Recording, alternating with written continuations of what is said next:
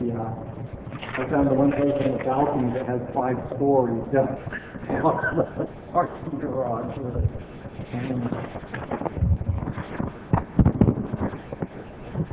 Okay, we get started. We'll have open the meeting for November 7th, 2012. Oceanside City Council, Harbor District, CDC. Closed session report after roll call. Mayor Wade. Here. Deputy Mayor Feller. Here. Councilmember Hearn. Here. Councilmember Pauline. Here. Councilmember Sanchez is absent. Mr. Mullen, please. The council meet in closed session to discuss the following items. There'll be no meeting on item 1, no meeting on item 2A. Council will meet on item 2B, conference with legal counsel on existing litigation in the matter of City of Oceanside Haymar gravity sewer spill. And item 2B, Hurst versus City, Superior Court case number 37-210-101-050. Thank you.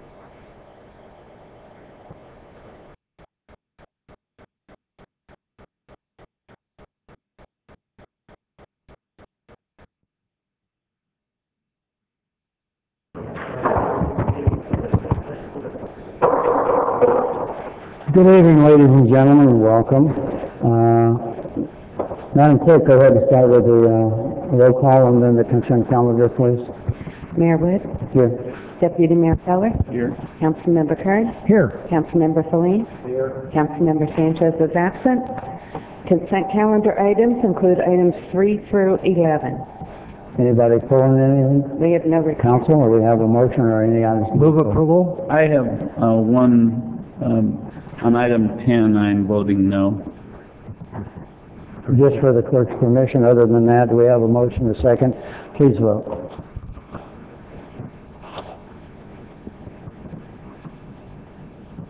Motion approved, 4-0, with Councilmember Feller voting no on 10. Madam Clerk, if I may, I apologize. I'm going to do this instead. Could I have item number 10 pulled and address that issue? The remainder balance, there was a vote on that. Is this still okay? Well, Thank you very much. Item 10, you just want to... I know, I want to vote. Oh, okay. Thank you. Hiya, sure. We're on consent calendar, item 10 being pulled. Thank you. Madam Clerk, please go ahead. Item 10 is adoption of a resolution approving a conditional use permit and regular coastal permit to allow for a pawn shop located at 222 North Coast Highway pursuant to the CDC action on October 17th. Thank you very much. And there was any public on this? No, there is not. Thank you. I know Mr. Deputy Mayor wanted to vote no on this, and he has the opportunity. I wanted to pull this for another reason, too. This is item 10. Please vote on that. Well, we voted, we're just going to vote separately Just on 10. So you...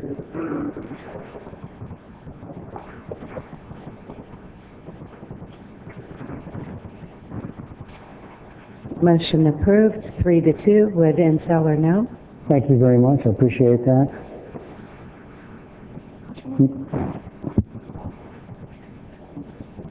Yeah. Madam Clerk, item 12, please. Item 12 is approval to not enter into a direct water purchase agreement with Poseidon Resources of San Diego for the purchase of desalinated water. Thank you very much. Ms. Dale, how are you?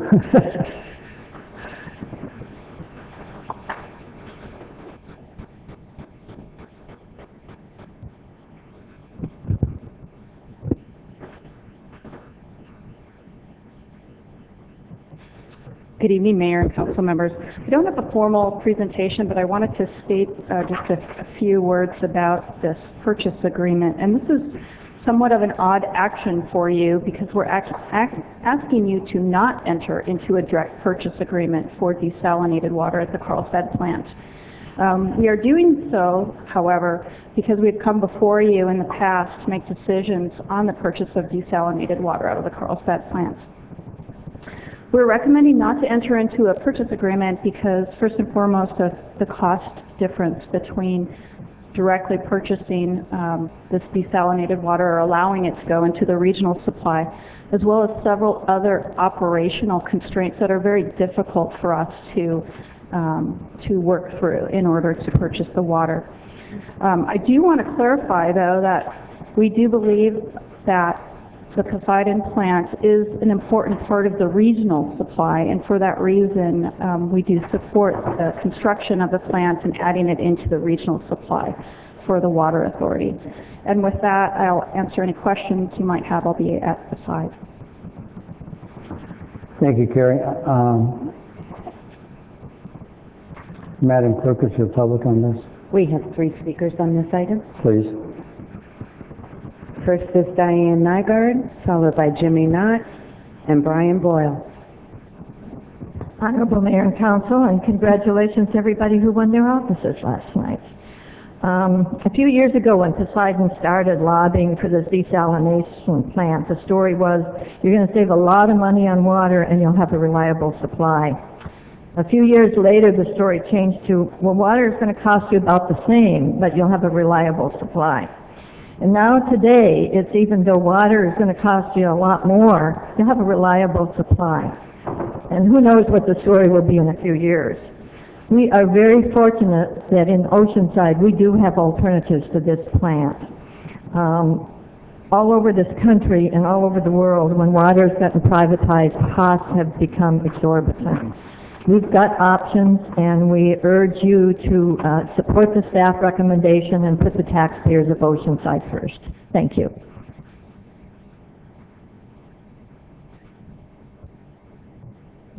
Mayor, council members, Jimmy Knott, 127 Sherry Lane. Also, I sit on the Utilities Commission, and as I am part of the Budget Committee of the Utilities Commission. And I wanted to bring forth a couple bits of items that was shared with us onto the committee.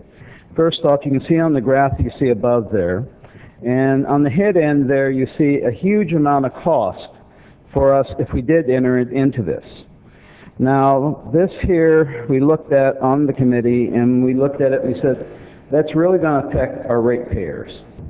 We thought that that would be very inappropriate on that committee. The next thing that we saw was the graph line here with the excessive rate increases. And you see that there is a question on to slight adjustments there with no desal versus desal on there as well. But if you look at it from the head end to the tail end, if we could average it out, it might be worth something, but there's no real surety to be able to average it out. So what you can do is that the recommendation, after looking at all the different information, I know you can't see those numbers. I know we went through a lot of detail back and forth into the committee, but I just wanted to let you know that we went through and did our due diligence.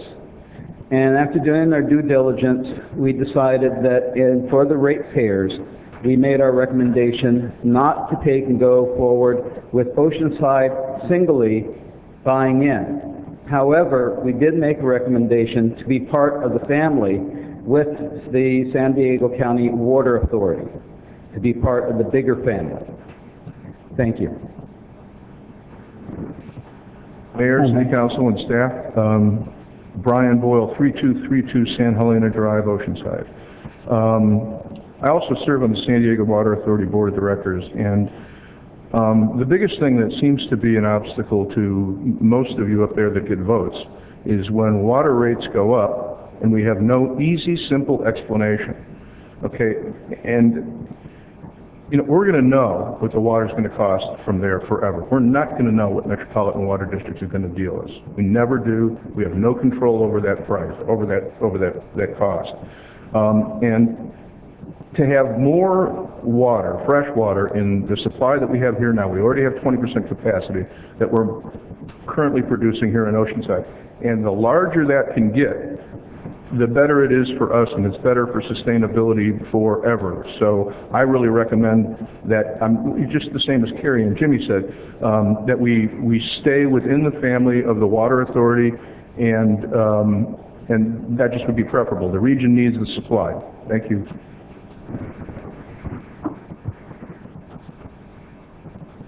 That's all the speakers. Thank you, Madam Clerk. Just for information, I know this is one of those that yes means no. If you vote yes, we're not approving it, we don't want to go there. But back to the council. Councilmember Sanchez, please. Thank you, Your Honor. I move that we direct staff to not enter into an agreement, which is staff's recommendation. Second. We have a second on that, please. Thank you. And Councilmember Kern, please. No, that's fine. I was just going to make the motion that we adopt staff's Thank you. recommendation. Please vote.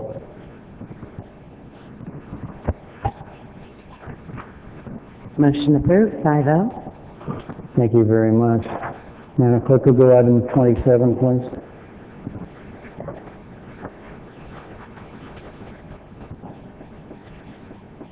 Item 27 is the quarterly budget update.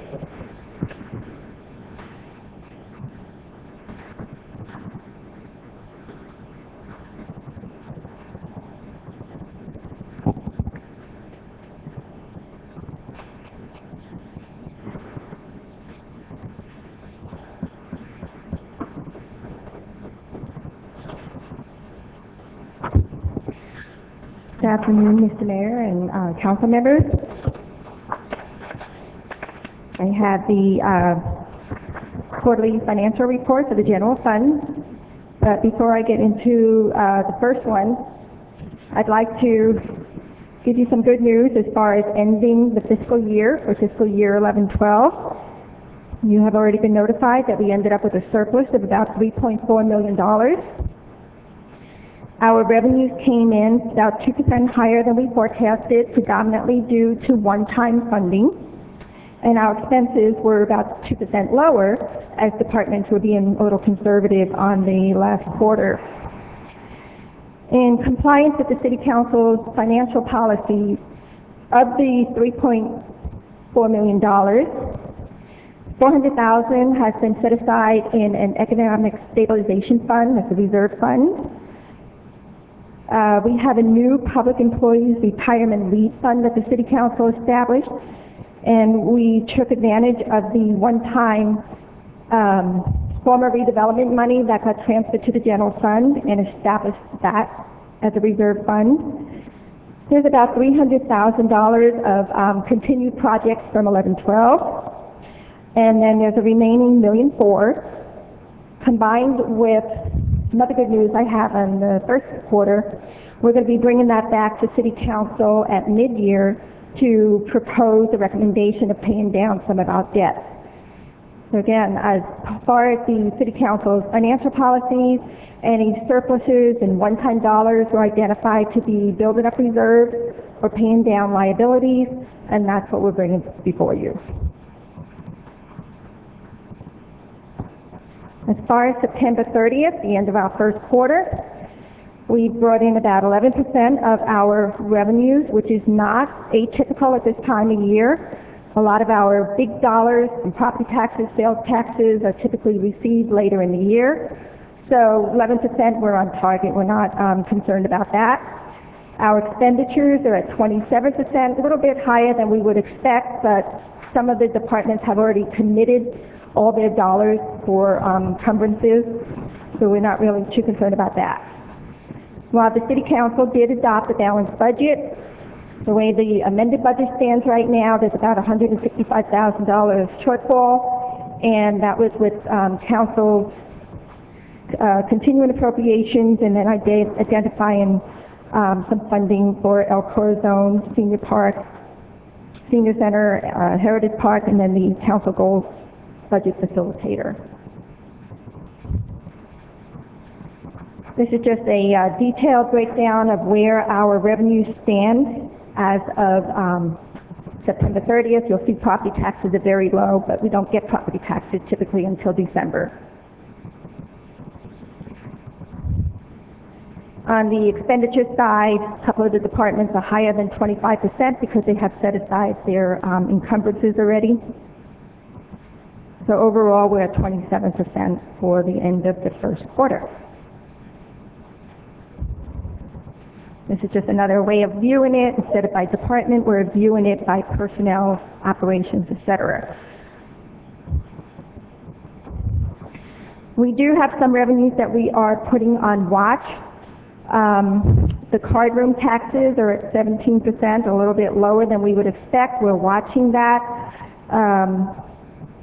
Ambulance billings, as you are aware, we have just entered into a contract to outsource the billing part. We're really hoping that'll pick up a big difference. The parking citation seems to be a little bit lower. We're watching that, let you know where we go with that, the business licenses, and then our municipal golf course is very low as well. We're bringing forth a recommendation to increase the revenues by $767,000. The largest chunk of that is the residual property tax from the former redevelopment agency. That's one-time dollars. We have also been informed by the county that our sales tax compensation fund will increase one time, $230,000. We've identified some ongoing monies that will increase our parking rates, which is different from parking citations. These are our meters. There's a one-time reimbursement for fire services. We now have the Tin Fish restaurant, so we'll be getting rent from there. And then we are losing some other revenues as well, but overall the general fund revenues are going up $767,000. And then attached to the financial report we submitted to you, expenditures are going to be adjusted downward by $185,000. So overall, I think for our first quarter we look very well, and in the fiscal year very well. I hope I can come back to you in December with positive news as well. Do you have any questions? Thank you, Harry. And please have a seat sidebar, and we'll see if you have any questions in a little while. But, Madam Clerk. We have one speaker, Jimmy Knott.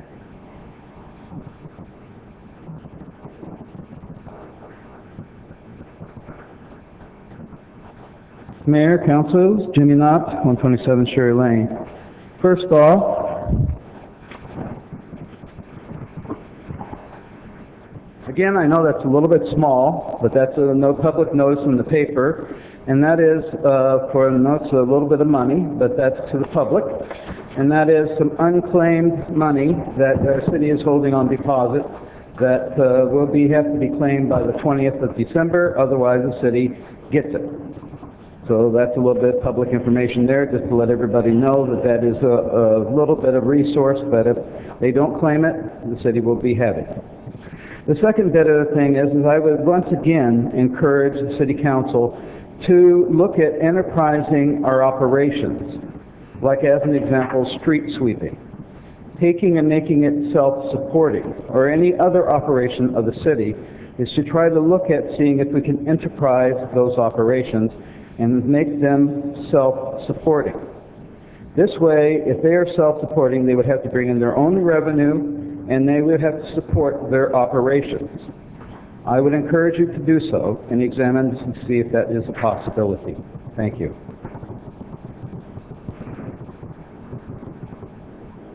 That's all the speakers. Thank you. Councilmember Kern, please. Thank you. Terry, the tax increment pass-through, what is that? Is that a one-time thing that's not happening, or is that going away for good? What is that, and what does that mean? When the state law disbanded redevelopment agencies, in the case of Oceanside, in the past, we would have gotten about $11 million a year in tax increments to be used for low-mod housing projects, paying down debt. As part of the whole successor agency requirement with AB 1484, the residual money, that's what the RPTTF stands for, Residual Property Tax Fund. They get allocated to all taxing agencies on a formula. City of Oceanside gets about 25% of the residual money. We're looking at that $1.2 million is one time. That was from a bucket of money that got dispersed. There's going to be several more big one-time monies being dispersed. After that, I would think by fiscal year 12-13, we should get into a cycle and know what that dollar amount is. We're not at that point yet, just because of the confusion of how much gets dispersed, how much gets allocated. It's still in a state of flux. So we're treating that as one-time dollars now, but I'm certainly hoping by fiscal year 2013, when the budget is adopted, we'll be able to understand that Oceanside will receive X, whatever that dollar amount is, and that'll be placed in the operating budget. Now you have to realize the trade-off is you're not getting the $11 million redevelopment money anymore. Thank you. And the only other thing I have, and it's probably a request to the city manager and you, that did we get this documentation with I'm the... sorry, I put it in the back when I came No, but I in. mean, I get this documentation when we set out the agenda, so we have it for a few days. I mean, a lot of it just went, this is the first time I've seen some of those, and some of those slides went by pretty quick, so I was trying to take notes about some questions. I'm sorry, I We can get apologize. these at the This is time of the... Actually, the detailed memo went to you, I think, a month ago. About a month ago. About a month ago. Okay. I'll get you another copy of it. Okay, thanks. Good. This is taking slides from the memo we sent you on October 23rd. All right, so, good, thanks. That's good. Thank you. Thank you. Deputy Mayor Keller, please. Thank you. In your presentation on the first slide is the money that we are calling one-time money. You said most of it is one-time money. And so my question is, what isn't of those? That's not it.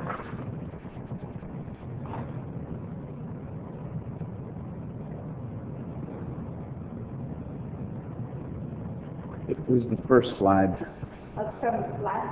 Oh, maybe this is just explains it. This is for the current fiscal year that we're in of ongoing money. We've identified parking meters will be ongoing. Well, I was referring to the redevelopment slide that where, well, you started, it was the very first slide. I'm sorry.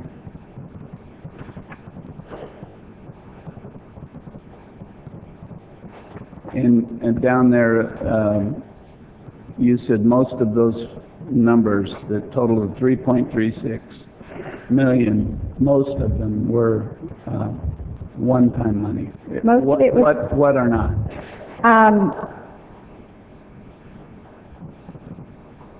So we're back to the other one. Actually, I believe the ongoing dollars that were for last fiscal year, we're still seeing here too. The parking, we are seeing our TOT because we have a new hotel. So there are some ongoing dollars that we are bringing forth here. And then when we put together our 5-year forecast in January, do the mid-year in January, we'll be able to identify what's ongoing versus one time. Okay. But I am looking at the parking meters, the hotel, and the offset is, as I mentioned, some of these are down, so it sort of offsets each other. Well, that did bring me to another question. Parking citations down, isn't that a good thing? People are obeying the law? So is this a good thing? Mm-hmm. The city's And revenue drop, though. How do we add to that revenue if they're actually, I mean, what is your plan to look at upgrading those? Honorable Mayor, council members, well, part of it is monitoring those revenue sources, and we've seen over the last few years a decrease in the revenues associated with parking tickets, partly because we've raised the fine amount, but also because the courts have now, when you pay your ticket, they've added court fees. So we're seeing more compliance, and that's part of the issue, is getting compliance. So as we see those numbers change, then we would certainly have to adjust either other revenues or expenditures to make up that difference. I think what you're seeing is that there are some revenues that are coming in, as example, Tin Fish. We had not budgeted anything from Tin Fish, but now we're seeing revenue there. But overall, we need to look at all of the different revenues and expenditures and make sure that as one goes up, we make adjustments as appropriate. The concern, again, is, as you saw, the golf course is down, ambulance billing. So we're in the process of making some of those adjustments. Obviously, parking tickets, we can't. They are what they are based on the number of tickets we write, and at this point, I would not recommend increasing the fine amount higher than what they are. We just have to monitor those and make adjustments as necessary. My last question is, you're coming back to us with a plan for the 3.3. A portion of that 3.3 has already been, based on your policies, we put money back into the Economic Stabilization Fund that was used for the various special elections. We also, based on your policy, put money into the employee leave fund. You will be getting a memo tomorrow with a recommendation from the city treasurer in regards to, one, paying off the streetlight lease early, and then two, we're in the process of looking at refinancing some bonds, and buying down those bonds and refinancing them would save roughly another little over $500,000 throughout the city. And so you'll get that information, I believe, tomorrow, and we will bring that back to you for formal action in January. Thank you. Thank you, Mr. City Manager. This is an item that basically says review, update, and approve corrective action plan if necessary. I don't see any corrections. It doesn't need a vote. I don't believe so either. Thank you very much. I'll ask the council members, because we are early, I can go back to the council reports, or does anybody want to address 24, 25, or 26 now, or is that after 5? After 5. That's what I thought. Madam Clerk, let's go to 13.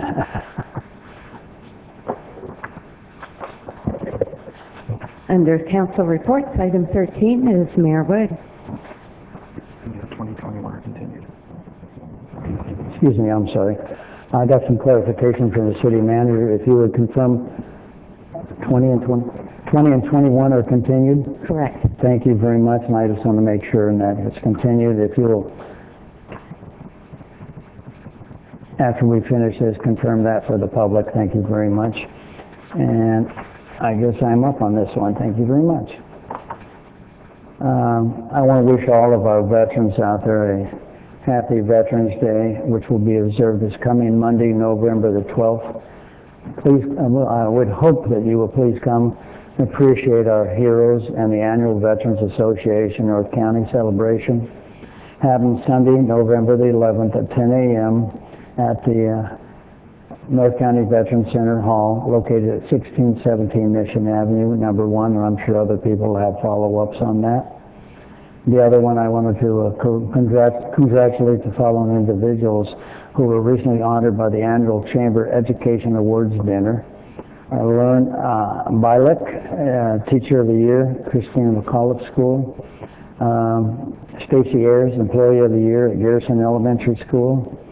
And Freddie Sarvakris, I guess, Administrator of the Year at Camino High School as Assistant Principal. And I just think that's wonderful we get to name these people when I can pronounce their names properly. Sarah Leah, thank you very much. I appreciate Dave being mayor. And that's always an honor to see they've done so well. Also, the next council meeting won't be until November 28th, and I wish everybody a super early, happy Thanksgiving in advance. And the year's gone by fast, and we'll see what's going on. And basically, I want to end this meeting tonight on a remembrance on Pastor Michael Williams, who is from St. John's Missionary Baptist Church, passed away late Friday night. Our thoughts go out and prayers go out to him and his family and friends. That's one of our nice churches. St. Michael Wilson? Yeah, Pastor Michael Wilson, St. Mary's Missionary Baptist.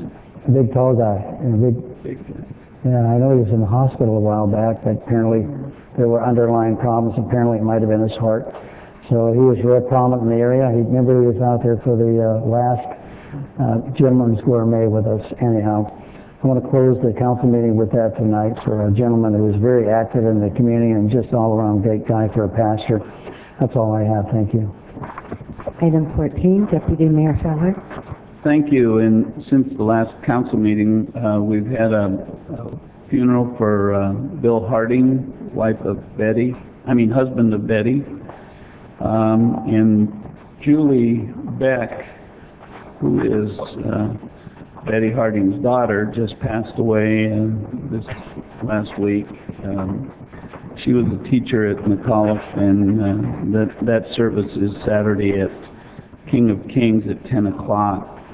I know that an Oceanside icon is passed here, Donald Takayama, and his memorial is at the pier on Saturday, 9:30 to 10, and then the paddle out comes after that.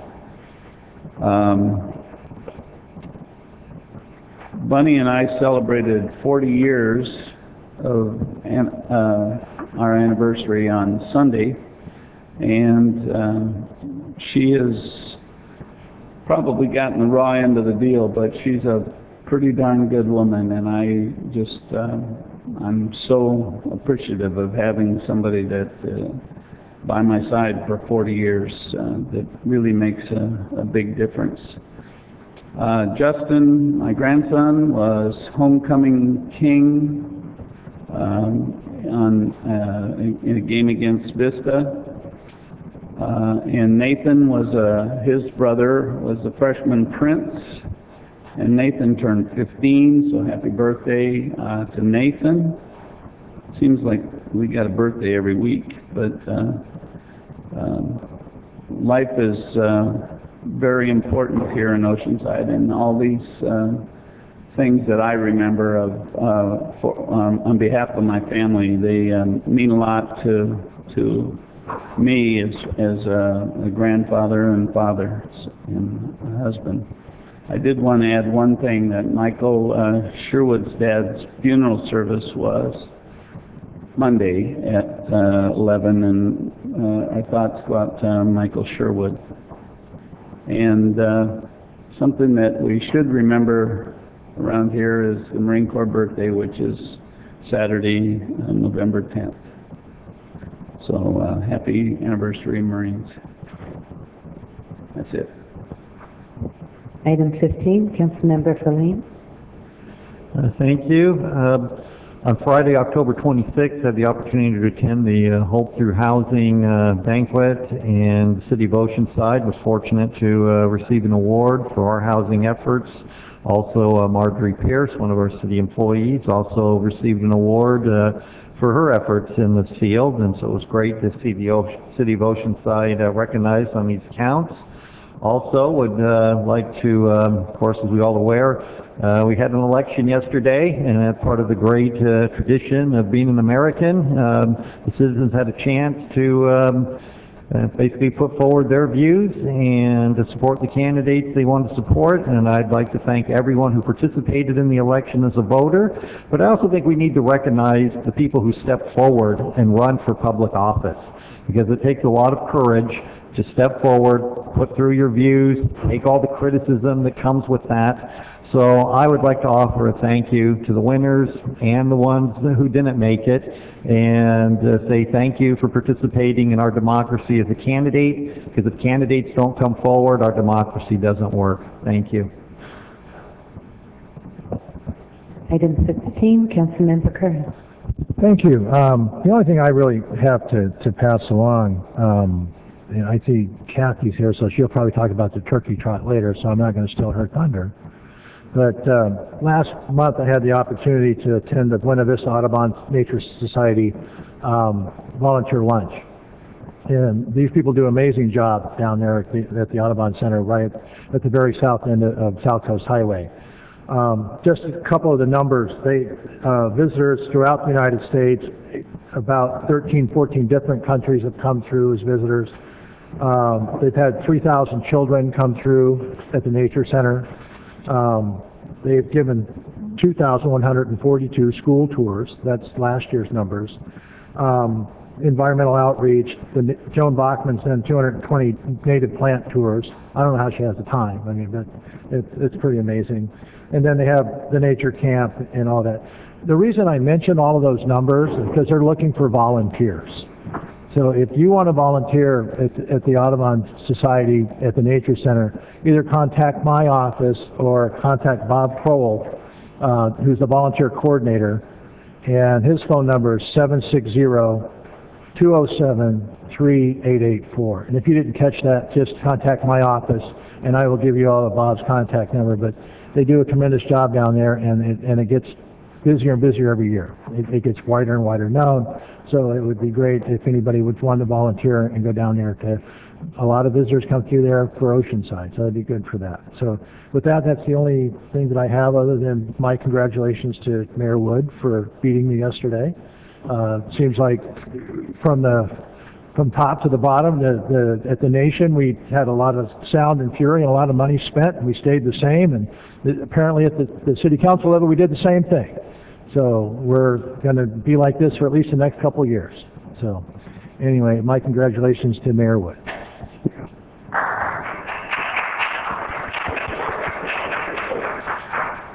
Item 17, Councilmember Sanchez. Thank you, Madam Clerk. Thank you, Madam Clerk. I do want to thank all our veterans and for our military families and those that are active and still active and hopefully coming home soon. This is a month that, in actually for Oceanside, it's something that we remember and we hold in our hearts every day for our veterans. And I do want to wish everyone, I know it's early, as Mayor has indicated, a very happy Thanksgiving with your family as my family gets, older, including me. I think we all appreciate our members of our family more and more. So I want to especially thank my mom and dad, who have been there for me and with me for every battle that I've decided to take on, be it from being in elementary school, when I first learned English, to deciding to go to college, going away to college to 3,000 miles away. Very, very hard decision it was for them to let me go. To saying, yeah, that's a good idea, go to law school, that'll be good. And then to practice in my hometown, in my home area, my home region, and to have them there the entire time, supporting me, and always, my dad especially, always being proud of me. So, thank you, Mom and Dad. And also my siblings, of course, my two brothers. We all have family again, as I said.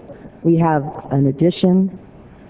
We have Thomas, who was just born a week ago, I guess a couple of weeks ago now. And so our family is getting bigger as well. I'm a great aunt in two ways, I guess. But I do hope that everyone can have a very special Thanksgiving. I know there's some folks who will have not be able to share it with their spouses because their husband or wife is or child is away in a foreign country, fighting for our freedoms, fighting for the rights that we are able to exercise every day.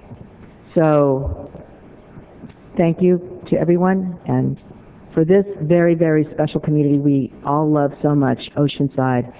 Thank you for your support. Thank you for your belief in a vision for Oceanside, for an Oceanside that is for everyone. Thank you. Thank you. Madam Clerk, if you would, for public announcement on 20 and 21, and then we'll recess for a while, please. No. For public hearing items 20, regarding CHP Clear Energy, and item 21 regarding wireless communications. These two items are being continued to November 28th. Thank you. Ladies and gentlemen, we're going to take a break until 5 o'clock and we'll start again. Thank you very much for being here. We'll see you at 5 o'clock. Thank you.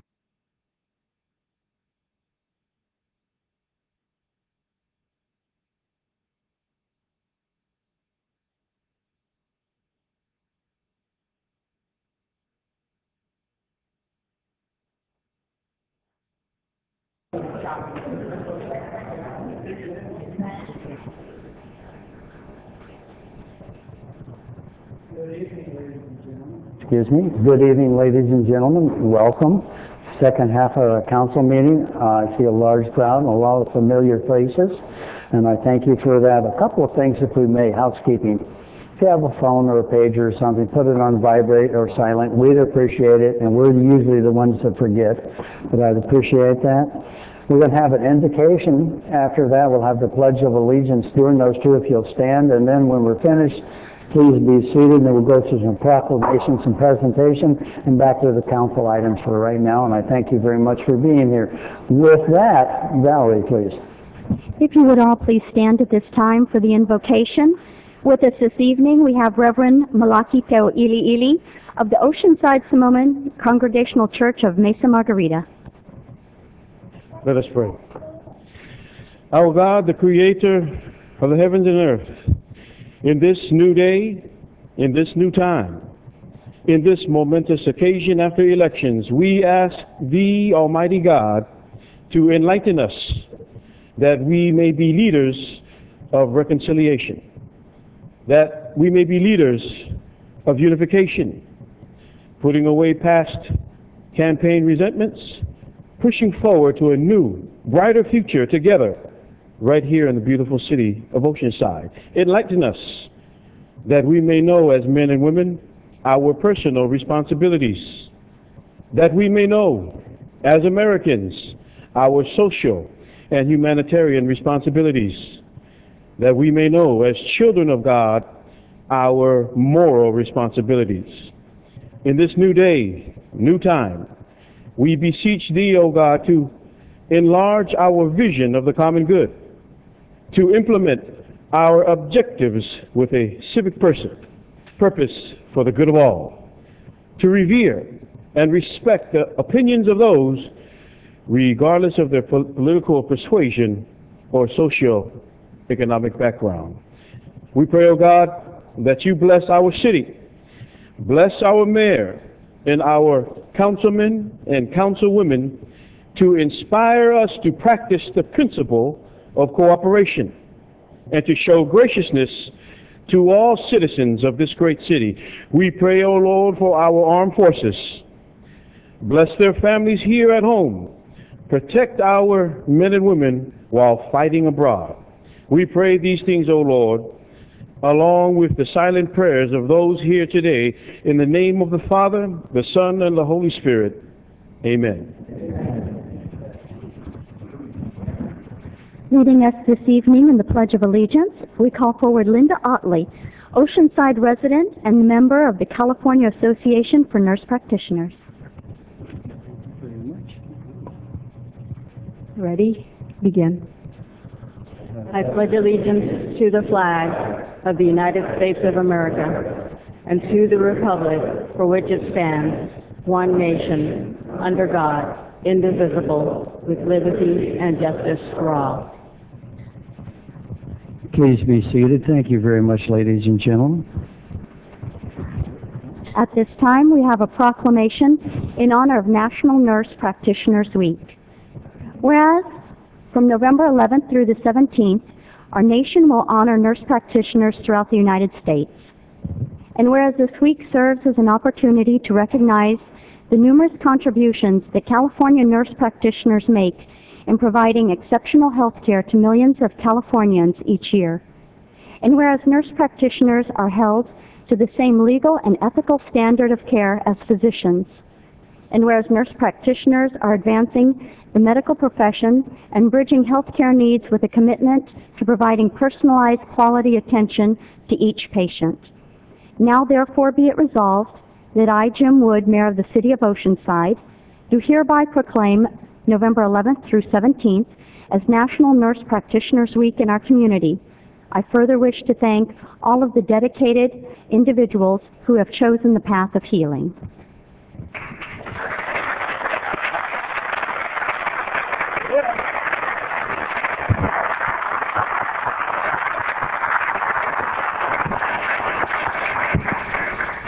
I'd like to thank the mayor and the city council for proclaiming November 11th to 17th National Nurse Practitioner Week. Nurse practitioners are advanced practice nurses that have master's and doctoral degrees, and we provide a unique blend of nursing and medical care to our patients in California and the U.S. I work at the VA, and I see lots of veterans here, so I'm sure I've taken care of you, and other nurse practitioners have taken care of your people here or members of your family, and I thank you again.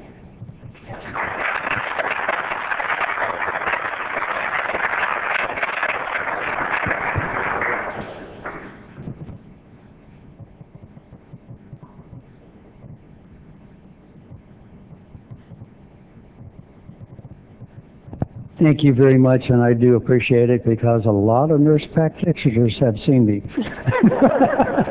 Thank you very much. Have a good day. Let's hear it for again. Thank you.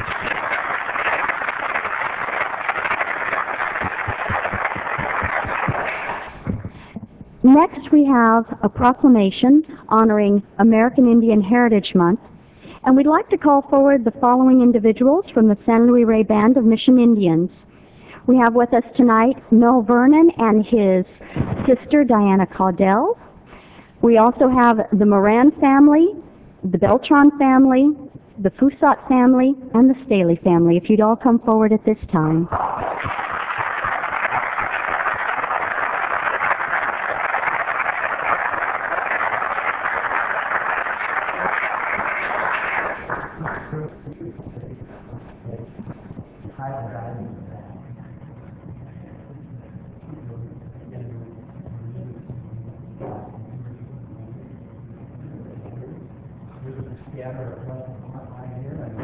Everybody can see, and it's wonderful.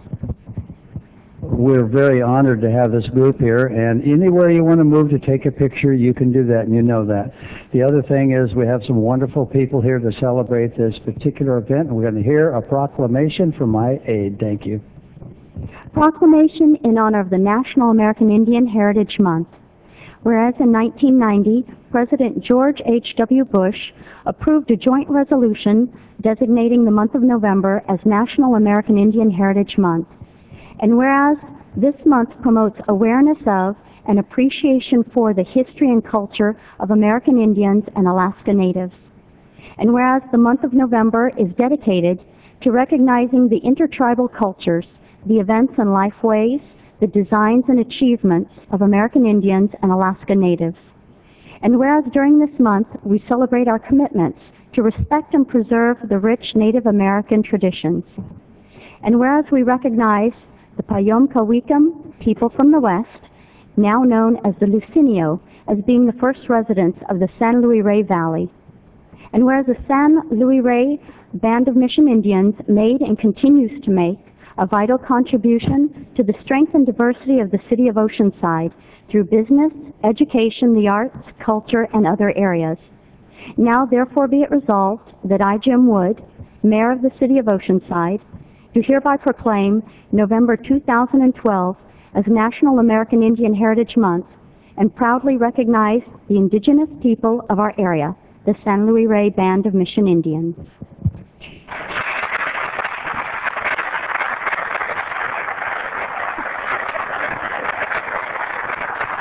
Thank you. Thank you, Mayor and Council. Thank you. And the people of Oceanside, it's kind of exciting one more time to see that another year has gone by, and here we are in the month of November, and of course, we'd like to honor the mayor, in this case, an abalone shell. Mary Lou Beltran has a red abalone with some sage bundled in there, and that's to, when you like that, and you can, yeah, but don't do it here. in peace, and when you, in a way of doing that and cleansing areas and chasing away the evil spirits. So, that's a bigger bundle than we had last year. So, yeah, we're still here. I'd just like to remind you, that, our community, as our people and ancestors have been here, that we have an event the second weekend in June, which a lot of you have been there, and it's our powwow, and that's our way of celebrating cultures and bringing Indian people together in the local neighborhood. Also remind you that San Diego has, I think it's 18 reservations, which is the most reservations in the nation. And of course, if we don't have a reservation, the people that are here are San Luis Rey Band, but we're working on a recognition process. But meanwhile, while we're working on it, we're not just laying back and sleeping at the wheel, so to speak. We're very active in culture preservation and bringing awareness to and education through acknowledgments and celebrating our culture as one of many cultures here, but one of the founding. So thank you very much.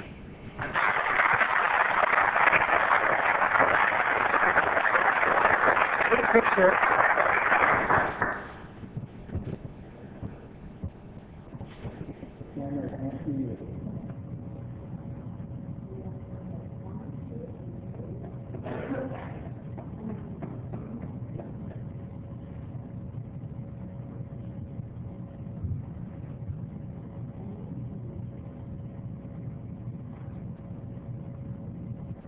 Let's hear it again, ladies and gentlemen. These are the police people in our community.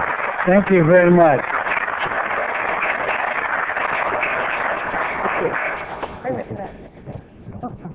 Not the picture photo. Oh, yes. We call this one Beauty and the Beast.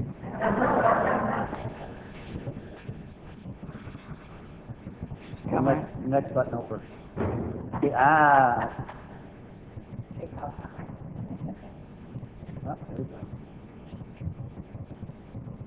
I get one of those from a wallet? Yeah.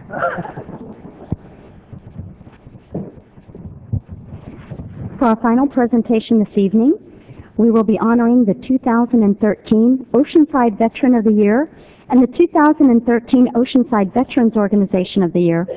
At this time, we would like to call forward the entire City Council into the dais circle for this presentation that will be hosted by Councilman Kern. Thank you, and thank you, Mr. Mayor.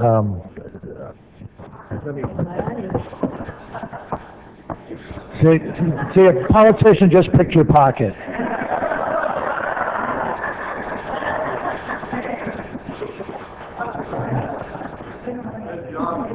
Yeah.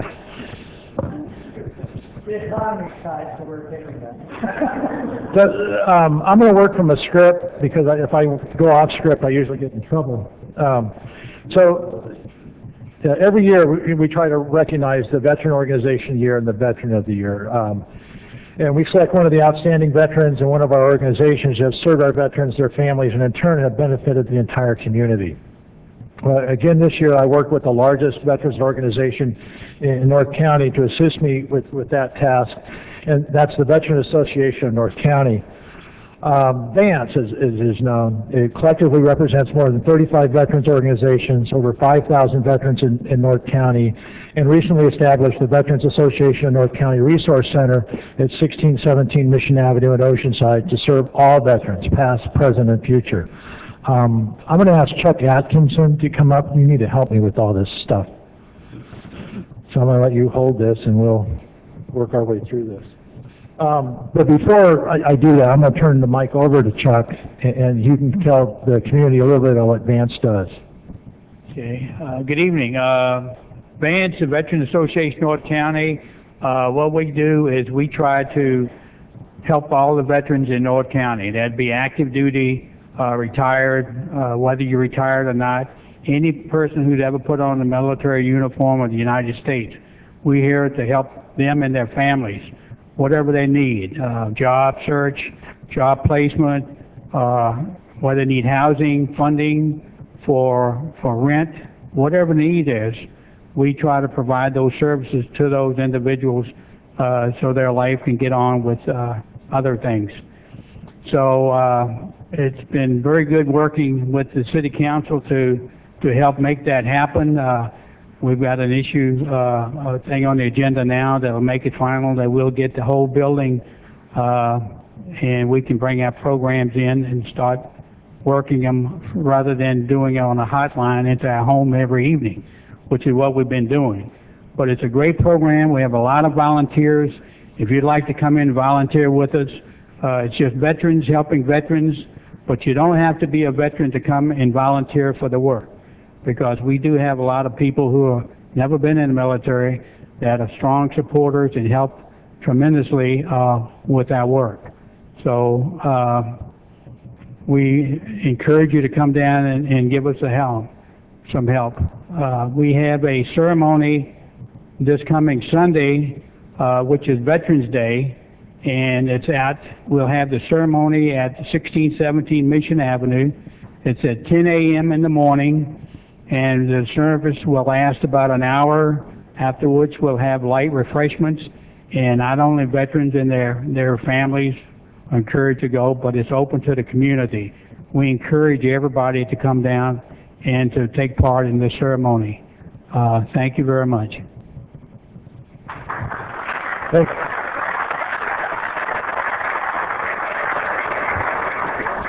Here, I'm going to put you to work. Hold those. I'm going to this one. Okay, we are blessed to have a lot of veterans in North County here. In fact, I think when we were running some of the statistics on the 76th Assembly District, it has the most veterans of any other Assembly District in the state. So there is a concentration of veterans in North County. It's always difficult to select an individual organization that stands out above the others. In Oceanside's case, we are blessed with so many outstanding veterans and organizations that assist the military veterans and their families. I'd like to start by recognizing our 2012-2013 Oceanside Veteran Organization of the Year, the Armed Service YMCA. Accepting the certificate is Colonel George Brown, the Director of the Armed Forces YMCA. So George, if you can come down, and actually, Carolyn, come on down with him. Come on down.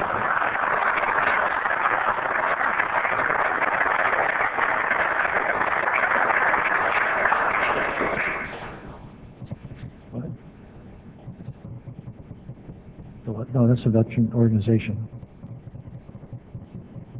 Oh, no, but yeah, we did, the one that signed. Well, the one that, what Councilmember Sanchez is referring to is, she didn't have the chance to sign that one. The one that they are getting is signed. So, no, it's just, as you can, well, as you can imagine, it's been a pretty hectic week. Yeah, yeah. It's been a pretty hectic week for everybody up here except Councilmember Fellaine. So anyway, first of all, I'd like to read the proclamation. Whereas Camp Pendleton Armed Services YMCA was named the 2012-2013 Oceanside Veteran Organization Year by myself and the Veterans Association of North County in recognition of its continued efforts to provide programs and services vital to Oceanside's military community. Whereas Camp Pendleton Armed Services YMCA was established in 1943 to enhance the lives of military personnel and their families, and whereas the Camp Pendleton YMCA provides programs and services to active duty military families, relies on large volunteer base and local community support to help reduce the stress and strengthen families. Now, there resolved, the City of Oceanside commends Camp Pendleton Armed Forces YMCA ongoing dedication to the military and their families, dated November 7, 2012. And it's signed by all of us. So, anyway. So, George, could you if you can kind of tell us what you do. Thank you, Chair. Mr. Mayor and council members, thank you very much. On behalf of my board and our employees, we really appreciate this honor. It's recognition, and we don't take that lightly, so thank you very much. We've been, as Jerry mentioned, we've been here for 70 years. I haven't, but the organization has. But we started out in Oceanside, and we're now on Camp Pendleton. But we serve active duty military and their families, Marines, sailors, and Army. Believe it or not, we have a large Army contingent on the base. Air Force? And we don't have an Air Force contingent, but we do serve Air Force from up in March Air Force Base. And we serve about 58,000 a year. And so it's everything from programs for the families before or preschool, after school, financial assistance. We support the Wounded Warrior Battalion on base. And also the young Marines at the School of Infantry as they finish their initial training. So we're really pleased and proud of what we do for our active duty military, and we're also very pleased that you are taking the moment and recognizing our service to our military families. So thank you very much. And thank you, but I also wanted to, my chief volunteer here is amongst all the other members of the community that help us out because we have such a small staff, we don't do it by ourselves. And so Carolyn does a lot, as well as the members of the community. So thank you very much. So, okay, now I'm going to, Chuck, if you can present, I'll hold this, but if you can present him for the photo op and to bring the council together around. In the city of Oceanside, I'd like to give you this certificate of recognition for all the great work that you guys do at the Armed Services YMCA on Camp Pendleton. A lot of people recognize your great services that you provided over the years, and we recognize it too. Really appreciate the work you do. Thank you. Thank you.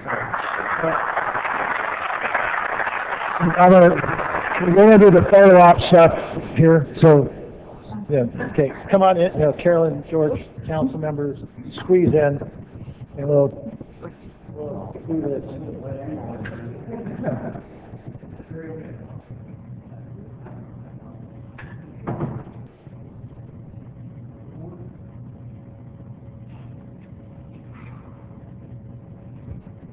Thank you, and the last thing we have is actually, in this folder is the application and the letters and actually a CD of everything. And then what's going to happen on Friday, I'm going down to the Sky Shrite Temple in Mission Valley and actually be there because they are running for the organization of the county for the year. So hopefully, we do this every year, and hopefully they'll be winner, and maybe we can announce next time they were actually Veterans Organization of the county. So anyway. Thank you.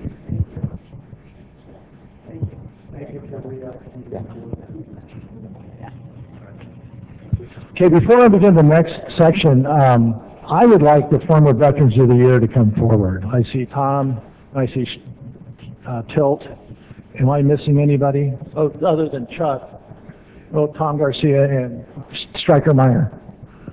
They're our former Veterans of the Year.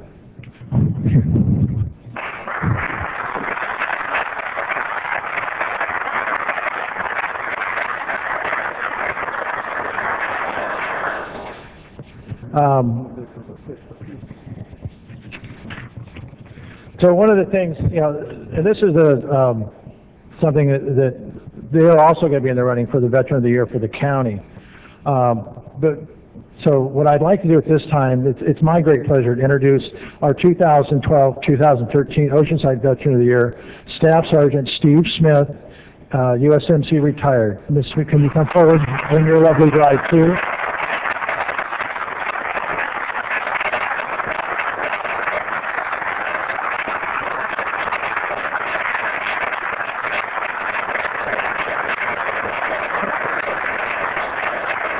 Okay. Whereas Stephen D. Smith, Staff Sergeant, USMC retired, was named the 2012-2013 Oceanside Veteran of the Year by myself and the Veterans Association of North County in recognition for his leadership, love of the Marine Corps aviation history, and curator of the Flying Other X Aviation Museum, and his thousands of volunteer hours spent to promote the proud history of the United States Marine Corps.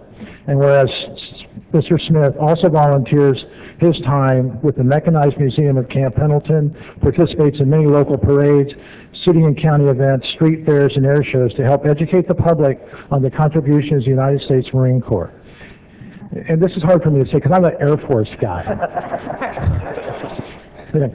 Whereas Mr. Smith, also a Civil War history buff, spends many weekends providing honor guards and color guards for many of the Civil War memorial events and other military memorial services throughout San Diego County and the state of California.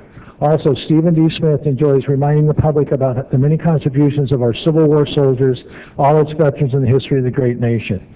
Now therefore, the City of Oceanside commends Stephen D. Smith, Staff Sergeant, USMC retired, for his tireless dedication and his commitment to Oceanside's military veterans, their families, and the community at large. Congratulations.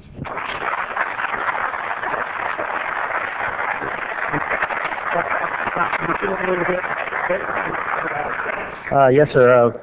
Mayor, City Council, thank you for this great honor, and all the vets prior to me. I hope I can fill your shoes and do you right.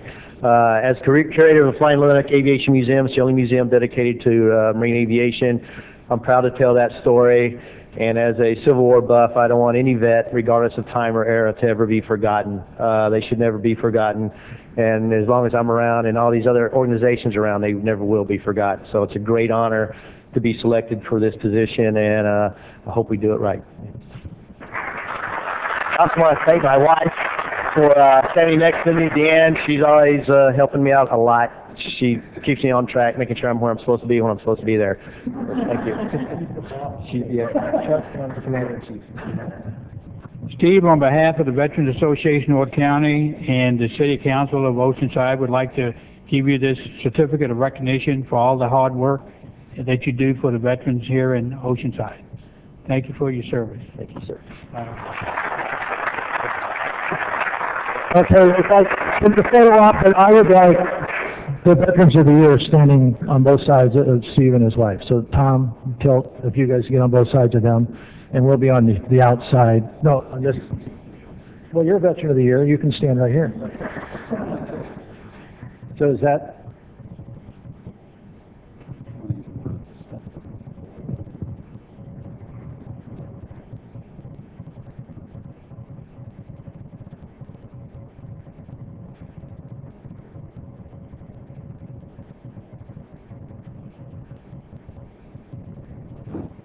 And again, here's the application and the letter of recommendation, hopefully, and I'll see you on Friday at lunch. All right, thank you. Thank you all, and before I leave, I'd like all the veterans in the audience, please stand up. We appreciate your service.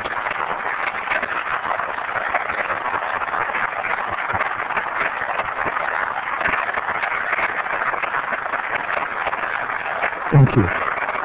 Thank you, Steve. Thank you. Okay.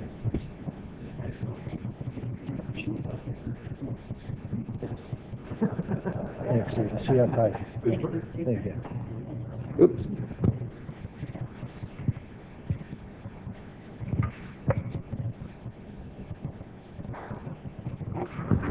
We'll go store that.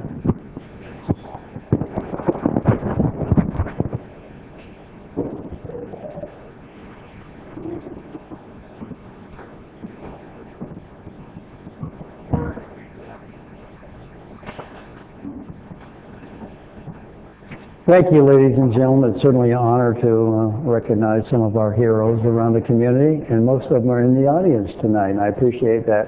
Ladies and gentlemen, I thank you very much for all you've done for us and the city and the world. But, Madam Clerk, I'm going to jump over public items and go to mayor and council items, if I may. We have about 3 of them here that might take a moment, and we'll be able to address all of these at one time. Is there any preference on who goes first on these next 3? Yes, okay, thank you very much. Madam Clerk, item number 25, please. Item 25 is a request by Mayor Wood and Councilmember Sanchez to rename the Mission Avenue Bridge to the Dr. Martin Luther King Jr. Bridge. Presentation and report by Charles Adams, Chair of the Dr. Martin Luther King Jr. Ad Hoc Committee. Thank you very much. Since you brought this up as an item, Councilman Sanchez, please start off that and finish off. Thank you very much, Your Honor. As I'm speaking, Charlie Adams is heading towards the podium. Good afternoon, Mayor and Honorable Council. A little more mic, Charlie, okay? A little more mic. I know you've never been in this room before. But thank you. And just as a short introduction, the mayor and I created an ad hoc committee, a naming committee for Dr. Martin Luther King Jr. This was at the request of the community. several people approached us, and we said, yes, let's look into this. This was several people from several parts of our community. And so we looked around to see who was the best person to head up this committee, and it didn't take us long to decide that Charles Adams, who is the chair of the Parks and Rec Commission, was the best person to do this.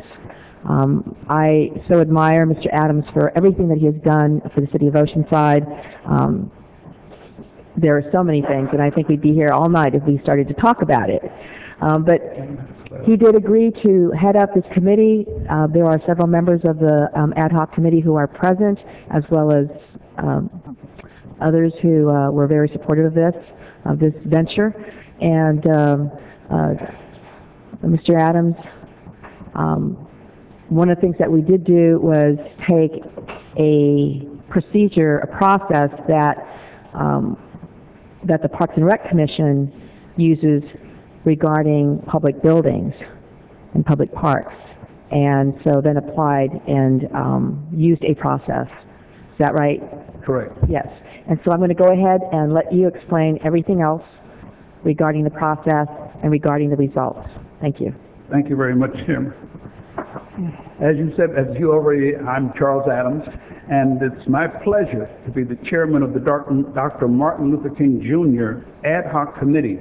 We were given the task and responsibility to select a high visible location to honor Dr. Martin Luther King Jr. I would like right now for the members of the Ad Hoc Committee to please stand.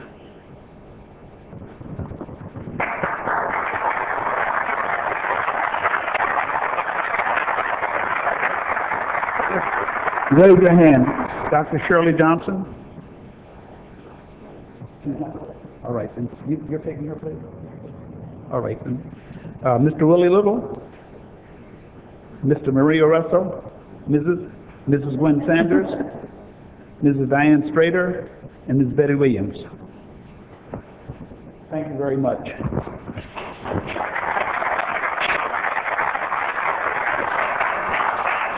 This committee has been meeting and working diligently since May, looking for a highly visible location, and we have completed the community process.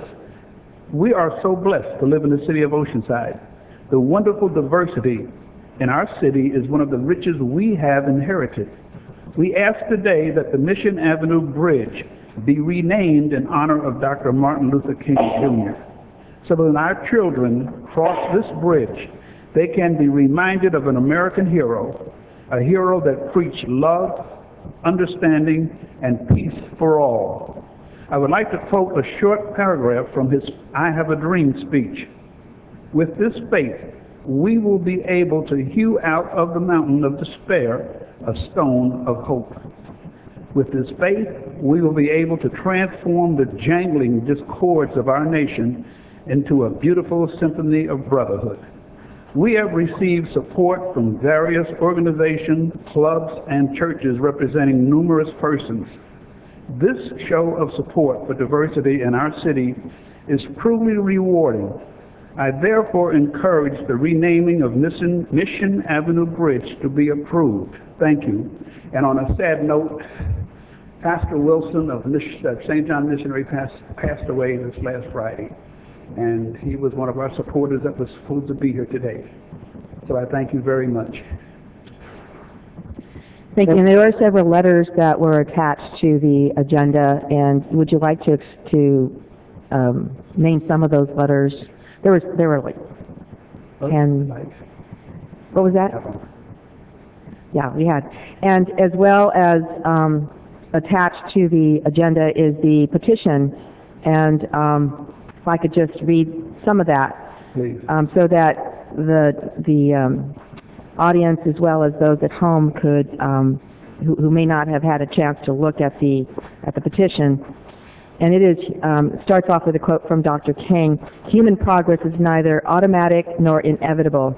Every step toward the goal of justice requires sacrifice, suffering, and struggle, the tireless exertions and passionate concern of dedicated individuals."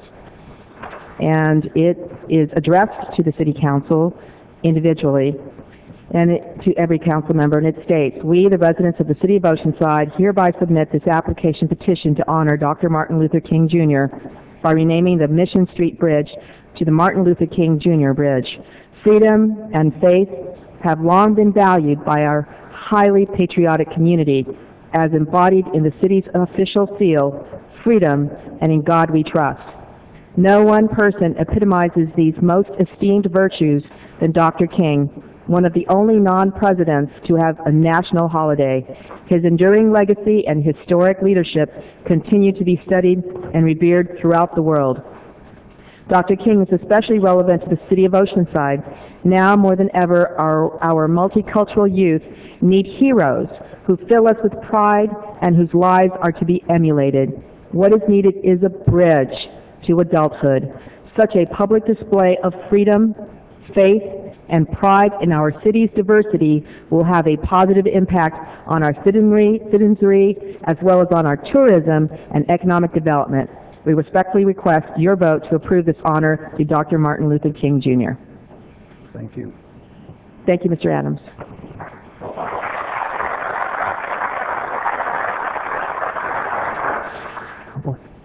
And I believe there are some... Madam Clerk, do we have public on this, please? We have two speakers, Thank you. Steve Basant, Annabella Chapman, and Kaylee, I don't even want to try your last name. Please, and welcome. Thank you very much. Steve, everybody in town, I'm sure, knows you from school and your famous son. Thank you, sir. Good evening, Mr. Mayor and members of the council. My name is Annabella Chapman. I'm in 8th grade at Lincoln Middle School. I am the Link Crew chairperson for the school's associated student body. My name is Kaylee Pousset. I'm in 8th grade, and I'm the student body president of Lincoln Middle School. We are here to voice our support for the naming of the Mission Avenue Bridge in honor of Dr. King. Martin Luther King Jr., born on January 15, 1929, home, Atlanta, Georgia. He made a big impact on anyone and everyone. He promoted nonviolent efforts to achieve civil rights. He believed nonviolent resistance was the best of all weapons. His goal was to completely end the system of segregation in every aspect of public life. One of the main quotes that really describes what kind of person Martin Luther was is this: "The ultimate measure of a man is not where he stands in moments of comfort and convenience, but where he stands at times of challenge and controversy." At the Edmund Pettus Bridge in Selma, Alabama, on March 7, 1965, officers attacked peaceful civil rights demonstrators attempting to march to the city capitol. These people were fighting for African American voting rights when officers armed with clubs and tear gas assaulted them. This was a memorable date in history because it had a huge role in the fight for African American voting rights. We propose that the Mission Avenue Bridge be named for Dr. King because of this memorable incident. Many people pass by this bridge every day, so if it were to be named after him, many would be reminded of his legacy of building bridges between people. Thank you for the opportunity to speak tonight. Yes, thank you.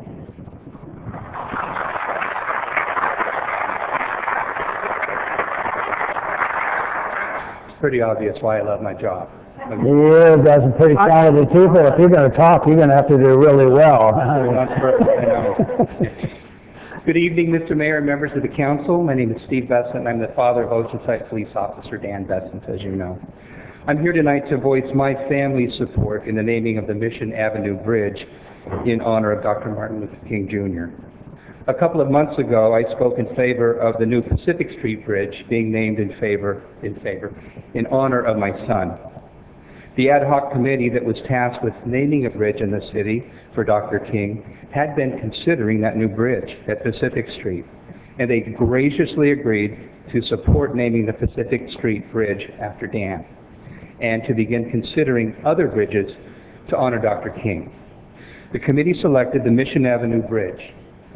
This bridge is central, visible, and very busy. By naming this prominent bridge for Dr. King, visitors and citizens alike will know that our community honors justice, tolerance, and brotherhood, the ideals that Dr. King worked for. Thank you very much.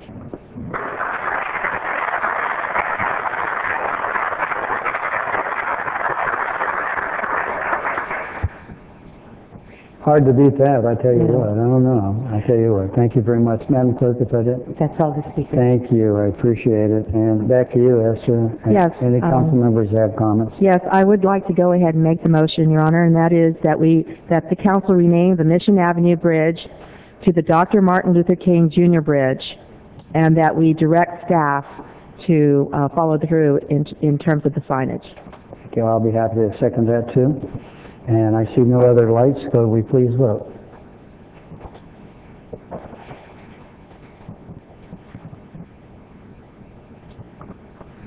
Motion approved, 5-0.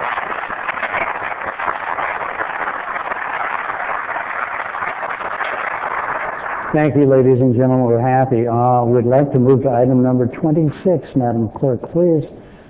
Item 26 is a request by Councilmember Kern to designate the Oceanside Municipal Airport as Bob Maxwell Memorial Airfield and provide direction to staff to request that the Federal Aviation Administration approve the name change. Thank you. I'm sorry, Councilman. No, thank you. I started working on this a couple years ago. Bob Maxwell passed away in August of 2010. Our council policy is that you have to wait 2 years on an individual passing before you can actually name something in their honor. So I think this would be the appropriate time. I've been working with Reg Owens for the last 8 or 9 months to bring this thing forward. I've met with the Maxwell family, and we're going to have the unveiling of the monument at probably the end of February. I'll get everybody the exact date for that time. The action tonight that I'm requesting, because we have talked to the FAA, at least I think our city attorneys have talked to them a couple times, about the procedure of doing this. And it takes a formal letter from the city, so I'm going to request that the city manager send a letter to the FAA requesting the name change. So we will move forward with that. For those of you who don't know Bob Maxwell, I first met Bob in about 2004 when we were working to save the airport. I had actually met him 2 or 3 times talking about the airport and the issues and how to save it. About 3 times before I even knew he was a Tuskegee Airman. You know, Bob was just dedicated and wanted to talk about that airport. And his background tells you why, and the reason that I feel that we should name the airport in his honor. I'm going to just do this real briefly, and then I'll let the public speak. Bob was born in New York, and actually in the Bronx, and he was an engineer from the very beginning. He was interested in trains and mechanical things. He went to City College in New York and received a Bachelor of Science in Mechanical Engineering, completed the civilian pilot training to earn his commercial pilot's license, and he was hired as an installation engineer for Aeronautical Division of Curtiss-Wright Corporation in New Jersey. You know, Bob joined the Army Air Corps, and was trained to be a bomber pilot, the B-25s, in Tuskegee, Alabama. And for most of you know, that's where he gets the Tuskegee Airmen. They flew bombers, and they also flew the P-40s and the P-51s in World War II. After his service, he completed a master's degree in mechanical engineering at Stevens Institute of Technology, and later received an MBA from UCLA. He was a propulsion system engineer in aerospace industry at Wright Aeronautical. And there's more about what his jobs were through his life, because he was always into aviation. Bob was a pilot. Bob loved aviation.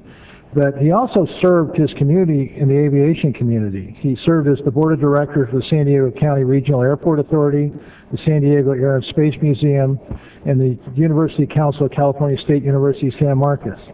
He also served as the Transportation Committee of the City of Oceanside, the City of San Diego Regional Air Transportation Technical Alliance. He was the president of the San Diego chapter of Tuskegee Airmen, and later served the board of directors. He received the Congressional Gold Medal for his service during World War II.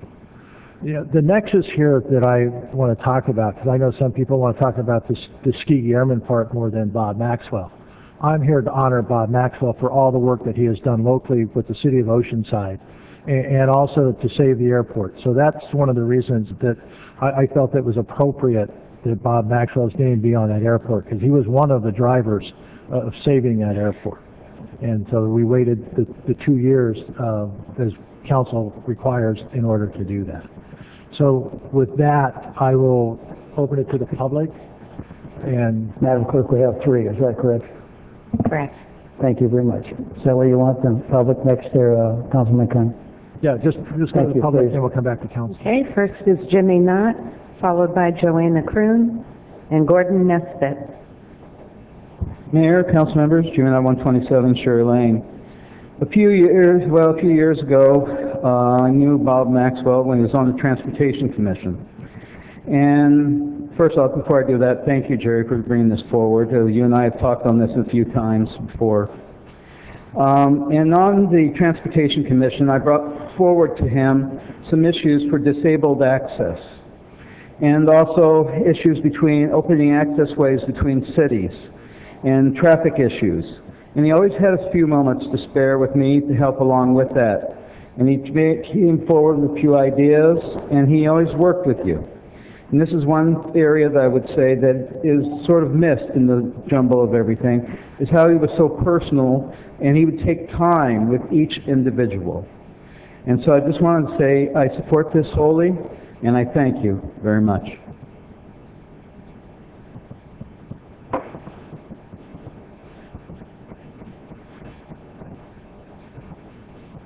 Good evening, ladies and gentlemen, Mayor, council members, and our veterans.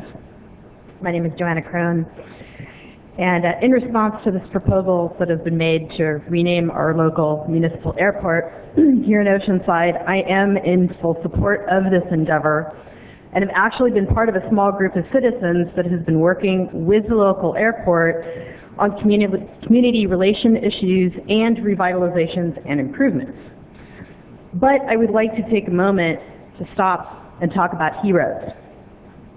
Heroes come in many forms, from the police and firefighters who put their lives on the line for others every day, to the men and women of our neighbor to the north who serve in the United States Marine Corps at Camp Pendleton, who keep both our country and our local community safe and secure and protect the freedom and liberty that we have today. Many of our greatest and often unsung heroes emerged from what we know as the greatest generation. This was a time when folks did the right thing simply because it was the right thing to do. Bob Maxwell and Alfonso Harris were 2 of the Tuskegee Airmen, and they chose to call our city of Oceanside, home. These brave Americans served our country during World War II despite great risk and adversity. In 2007, President Bush awarded the Tuskegee Airmen the Congressional Gold Medal. He recognized the contribution and the sacrifice they made for their country. These brave Americans made history. What better way to say thank you and honor both of these men? We hope the council will also choose to make history by renaming our local airport the Oceanside Tuskegee Airmen Bob Maxwell Alfonso Harris Complex. In addition, by using this language, the current airport designation can remain in place. And by calling it a complex, we can honor both of our local Tuskegee Airmen. By using both names, it in no way diminishes honoring one over the other. It does, however, allow us to honor Alfonso Harris before he passes away and gives us a chance to let him know how much his sacrifice was appreciated. I hope you will consider this name change and honor both of our local heroes. Thank you. Thank you, ma'am. I think so.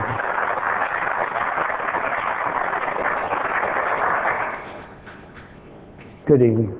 Good evening, Mayor, council members. My name is Gordon Nesbitt. I reside at 4437 Mission Avenue in Oceanside. I'm the president of the Oceanside Airport Association and represent just shy of about 1,000 members currently. We believe that the proposed name change is not only much deserved, but will also be good for Oceanside and the airport. Beyond being a red tail and a Congressional Gold Medal recipient, Bob was very involved in the community. He served selflessly on a myriad of aviation boards and focus groups. He worked diligently behind the scenes to ensure that the Oceanside Airport remained open. And he also oversaw a scholarship program for local high school students, and in doing so, he inspired and motivated young men and women towards careers in aviation and aerospace. We also believe that the proposed name change will serve as to perk the community interest in the airport. The airport should be open and inviting to the community, and we believe that attaching Bob's legacy will amplify interest and visitation. When completed, we would be pleased to see an interactive educational display within the planned airport administration building that would document Bob's life and the legacy of the Tuskegee Airmen. You see, the airport should be more than just a hangar farm. It should be open and inviting, and it should provide a signature experience for all visitors, whether they arrive by car or plane, bike or bus. And we believe that by attaching Bob's legacy to the airport, this will promote increased community enjoyment for this most important municipal asset. The Oceanside Airport Association strongly endorses renaming the airport to Bob Maxwell Memorial Field and hopes that this council will also agree. Thank you. Thank you. If I may, Councilman Kern, I do appreciate that it's most appropriate. I had smaller groups or other groups come in and talk about renaming the airport. About Bob Maxwell was mentioned, but the only problem I had, I said, let's wait until the elections are over and move forward. It doesn't look political. What I got out of it, and I just want to pass on to you, is that the same thing the young lady spoke about is we had two, if I'm right, Oceanside Tuskegee Airmen. So I was thinking, how do we get around that and leave one out? What I was thinking about, we don't want to lose the name of Oceanside. For the people that are flying, it's easy to find the Oceanside Airport, but underneath that, I'd like to have both name mentions, not just one. I don't know how that goes, and this is your item, but I think it'd be nice to say Oceanside Airport, like the young lady mentioned, naming two of our local residents that were Tuskegee Airmen, and because one of them is still alive, that would be a great honor to have them there for it, or his family. That's my only input. I would take that and pass it on to you, Mr. Kern. That's my only input I have. But I'm in favor of it. Just I'd like to see two of them with Oceanside still being part of it. Thank you.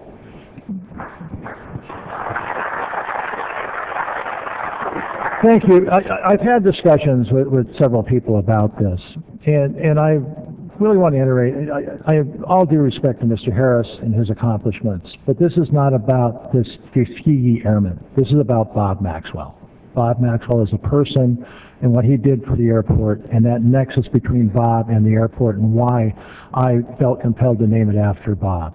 Hopefully, on the interactive displays inside the airport, they will have Mr. Harris's story there, so when people visit the airport, they will see not only Mr. Harris's contribution, but the contribution of all the Tuskegee Airmen. There is a local chapter, the General Davis chapter in San Diego, and they have a lot of information about this Tuskegee Airmen, and I think that would be appropriate.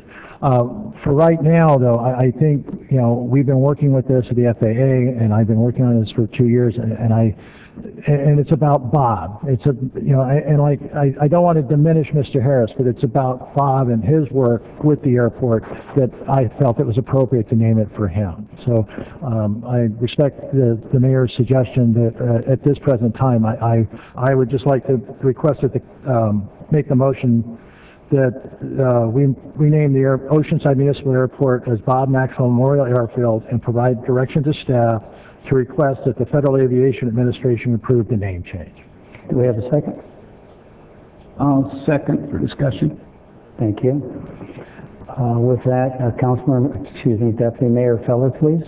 Thank you. I've known or knew of Bob Maxwell for my entire 12 years here. And he's one of the reasons that young people went to the airport. the effort that he made for the young Eagles, the training, the rides that they offered to the young people, the pilots, and he was a great instrument for the youth. I as well agree that the Tuskegee Airmen should be part of this, but in a I don't know what you're calling an interactive area, but I'm thinking that you can you could name the building for them or something along that line as a future addition to this. But as far as if you're talking about naming this Bob Maxwell or Robert Maxwell, No, I talked to the family, and he was known as Bob. yeah, And he was Bob Maxwell Field, and go through the effort of getting it renamed with FAA. I think that's a considerable effort on our part to honor somebody who was really dedicated to flying and the youth of the community. Councilmember Flynn, please. Thank you, Mayor. I'd like to support the motion as well. I thank Councilman Kern for bringing it forward to recognize someone who made such a valuable contribution to our community and recognize how important our airport is to the long-term future of our community. And so I think this recognition is well-deserved. Thank you, and if I would say, you get the time to say so, Councilmember Kern, I appreciate that. I want to tell the audience here and the audience TV and even the press, I'm going to be hesitant about this because I think it needs a little more consideration and feedback from the public. It's not that I don't support this 100%. What I don't want is, I'd like to see Oceanside part of whatever the name is, because somebody outside of town might say, where's Bob Maxwell Airport at? May not know it's Oceanside, number one. Number two, I'd like to see both people named on it because I think it's appropriate, and we have one that's still alive that came from Oceanside. Now, I don't want to have read in the paper later or anywhere else that I don't support this, but I don't support it now. My vote would be I'm not going to support it unless it goes back for further follow-up and public input on it, because it is a wonderful thing to do and get a lot more input on it, and I think it would be important that we have Oceanside named at the Oceanside Airport, no matter what the underlying name might be. That's just my opinion. Please take it for what it's worth. I think that more consideration about this would come back with a better lineup on it, how it could be named, and how it could be presented not only to the public, but at the airport. That's my opinion, and I hope not anybody will take it wrong. Mr. Maxwell's been in town a long time. Before he passed away, he touched more things than you can shake a stick at, and I understand that. But I did get a lot of feedback from secondary groups that wanted to be both of them, because there were two in Oceanside, plus be concerned about the Oceanside Airport. I did tell those groups of people that talked to me they needed to call up and talk to the people that we turned the airport over to run it, to see what their thoughts were on it.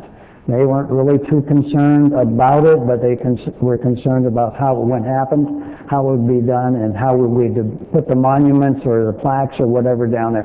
So they were at least talked to about that and getting their input. They'll be running the airport.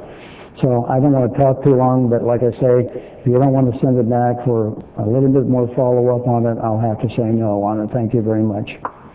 And with that, you're closing. Well, thank you, and thank you for your comments. Like I said, I've been working on this for 2 years, and I've talked to a lot of people about this. The idea that it's been thoroughly vetted, for as many people as I know that connected with the airport, because that's what it's all about. And it's actually to designate the Oceanside Municipal Airport. So the name will still be, the underlying name will still be the Oceanside Municipal Airport. There's no change. It'll still be OKB, the call signs for the airport. We're not changing that. So as far as the FAA is concerned, it'll be the Oceanside Municipal Airport and the Airman's Guide. And it'll be Bob Maxwell Field when people drive by and to do that. The last thing that we need to do is to raise the money for the monument sign. It's going to be about $10,000 because I want to do two things. I want to do a monument sign that looks very much like the Park and Recreation sign that says Bob Maxwell Field, Oceanside Municipal Airport, and also a bronze plaque that goes on the building that describes who Bob Maxwell was and his history and why we named it after him. And hopefully before the building falls down, they tear it down and build a new building there, we can transfer that bronze plaque to the new building. So I appreciate everybody's input, but I worked very long and hard on this, and I was thinking about bringing it in September because the 2 years have passed, but I felt it was more appropriate to wait till after the election. That's why I brought it forward tonight. So thank you. Thank you, sir. Please vote.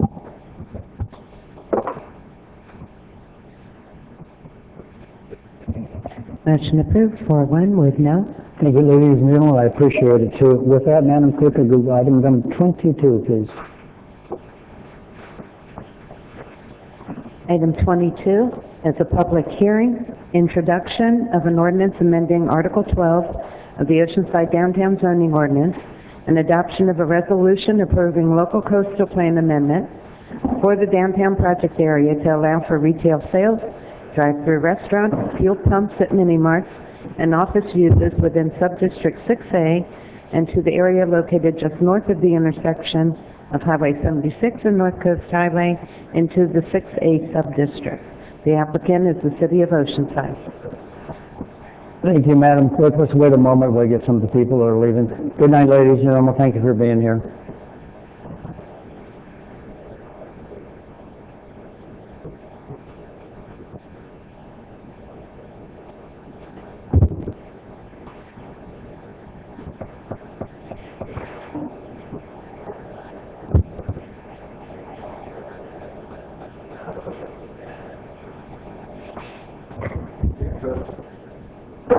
As the chairperson, I'll open this public hearing and ask for disclosure from the commissioners and contacts, please, and correspondence. My contact has been with staff.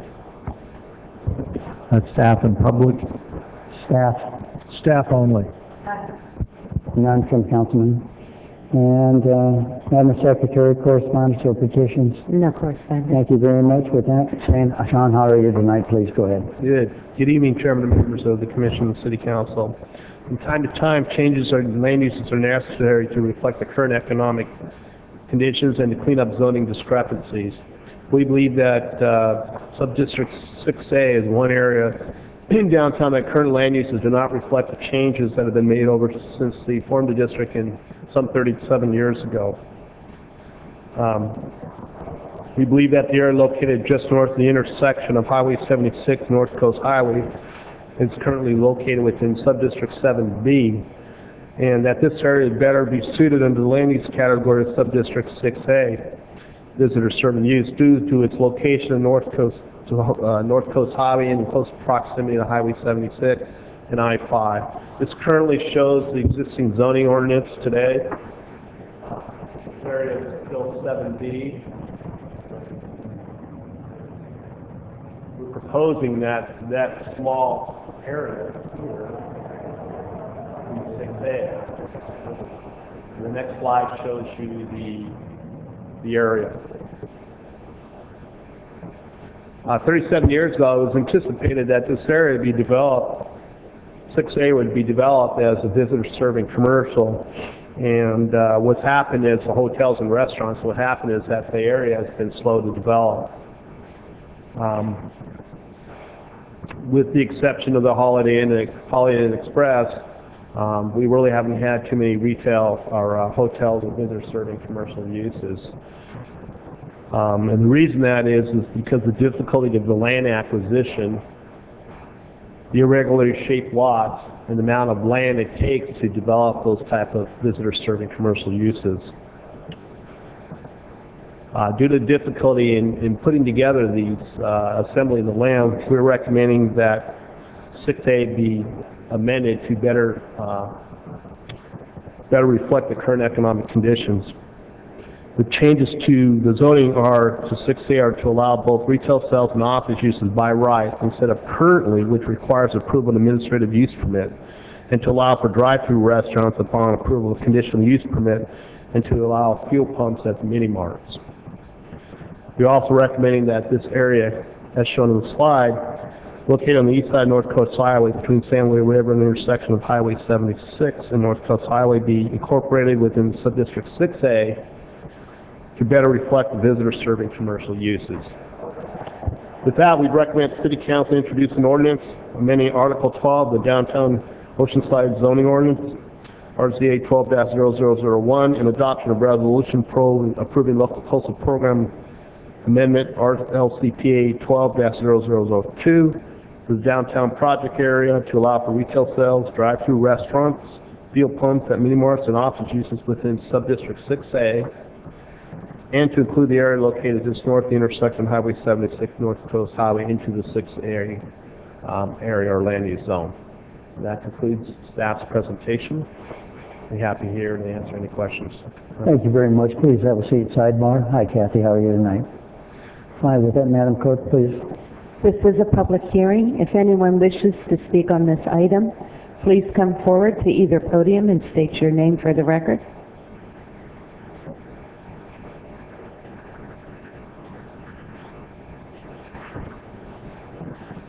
David, good to see you.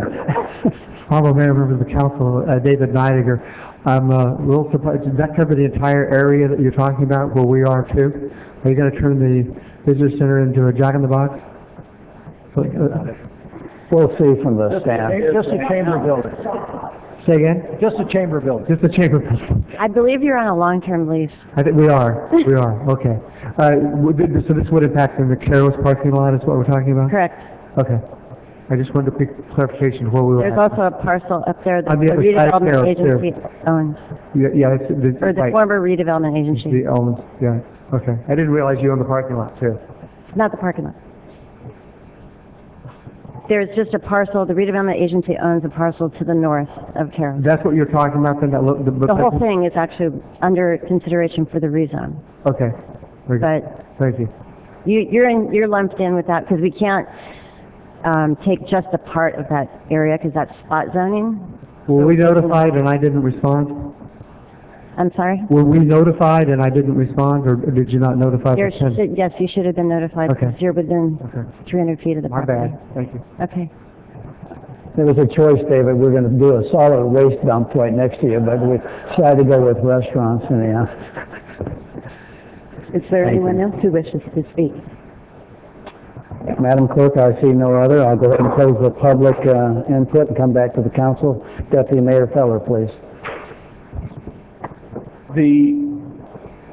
You're talking about fuel pumps at mini marts in 6A only? Currently existing in 6A over on the north half, there are existing gas stations, and that's been problematic for us over the past several years if they wanted to expand or have anything like that. In addition, if you know where the old unfinished furniture store and that, those tenants have also wanted to lease to, not gas stations, but office users and things of that nature, and again, it's been problematic for us over the years. And so what we're trying to do is kind of do some cleanup zone amendments to correct for some of those situations up there. Just like the Del Taco that's up there, they would be considered legal non-conforming the way the zoning is today. So again, we're just trying to do some cleanup. So you're trying to allow for existing uses and add a few additional uses and expand the area? Correct. Okay. So it's pretty simple that way. Yeah. I move approval. Do we have a second, please? I'll second. Thank you. With that, Mr. Kern, you're up. No, I was just going to make the motion. We're just going to change the chamber into a drive-through. So, so we can get, this business services, they can just drive through, David. Now you can have a one-stop shop. You have a little kiosk out there in the parking lot that you can service your members from a little kiosk now. It's a drive-through. So no, I think it's a cleanup language, and it allows us an opportunity that may be coming forward. Thank you. Councilmember Sanchez, please. Thank you, Mr. Mayor. I actually think this is inconsistent with our vision for Coast Highway.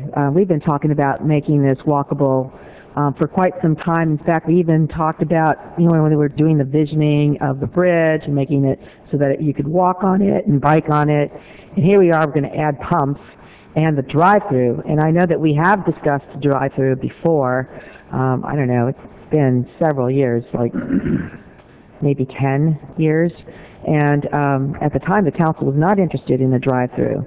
So I don't think this is consistent, and I would prefer to go in the opposite direction of making this walkable. So I don't mind offices. I'd like to see something that would be on that would be attractive to people walking and cycling, and that versus the drive-through. Now, I understand there's a big stretch between, say, Orange County and us, and maybe an In-N-Out would cause people to come off, but maybe an In-N-Out that's not a drive-through. You know, go in, and walk out. You know, just walk around, see, you know, get out of your car and see Oceanside. So it's not something that I think I'd like to see direction going. Thank you. Deputy Mayor. I think that's what we said, though. You're not adding fuel pumps, they're non-conforming uses on the north end right now, or whatever you termed that. That's correct. So we're not adding fuel pumps anywhere. There's large property owners that he may want to build a hotel or anything, you know, something in that general area. And I think all you're trying to do is make it as open as possible to whether it's an office user or a, you know, some sort of hotel, whatever it could eventually become, and maybe eliminate some of the garage, car repair, that type of thing that is up there. And as far as a drive-through on that little piece, I mean, it would have to be thought out pretty well, but most people aren't going to walk on that side of the road across that bridge anyway. So I think it's a pretty fair use there, and there's a large property owner directly across the street from that's in 7B that eventually something may want to go there too. So this is absolutely perfect for fitting the bill on that. So very, very good. Thank you. Mr. City Attorney, would you? Yes, you have a resolution for the LCP amendment, but I need to title the ordinance. This is an introduction of an ordinance of the City Council of the City of Oceanside, amending Article 12 of the zoning ordinance. Thank you very much. Please vote.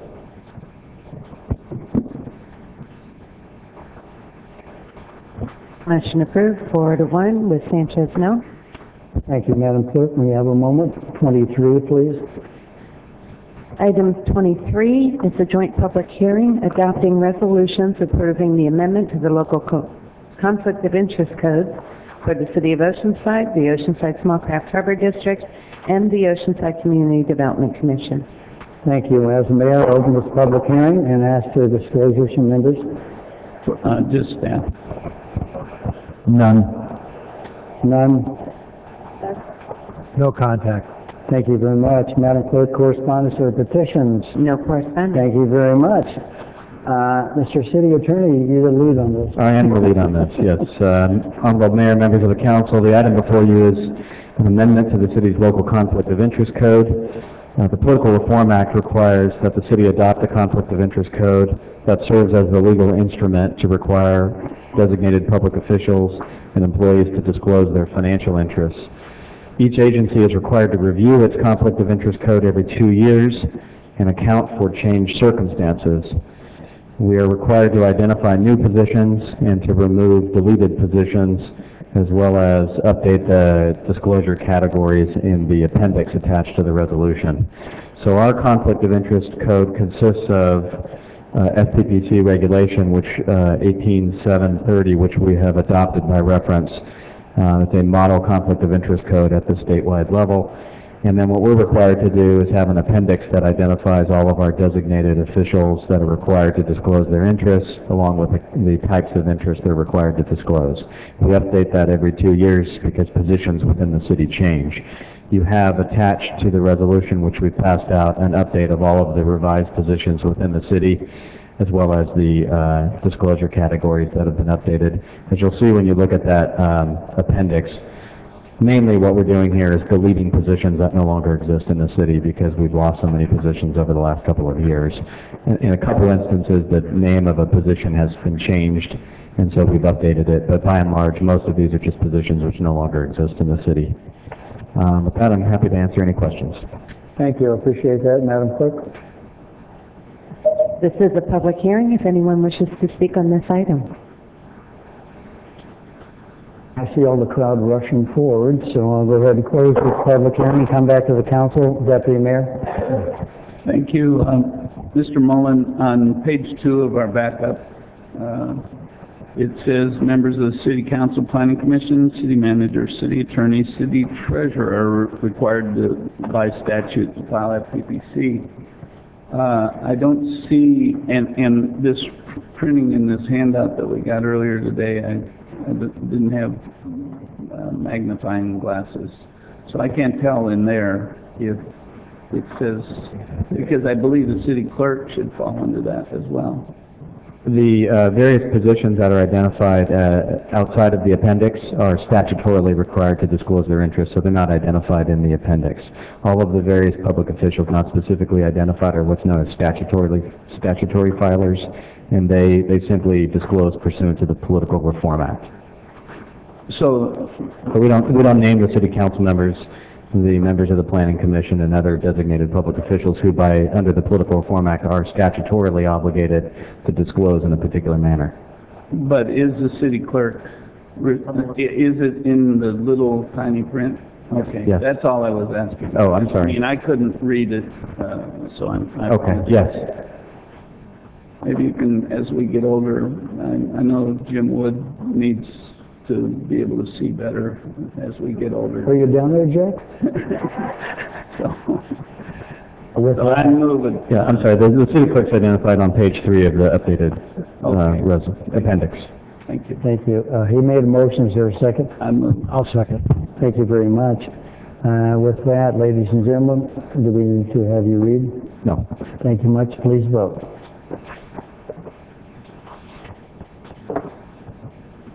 Motion approved, 5-0. Thank you very much. With that, I'm going to have a closed session report from our city attorney, number 18.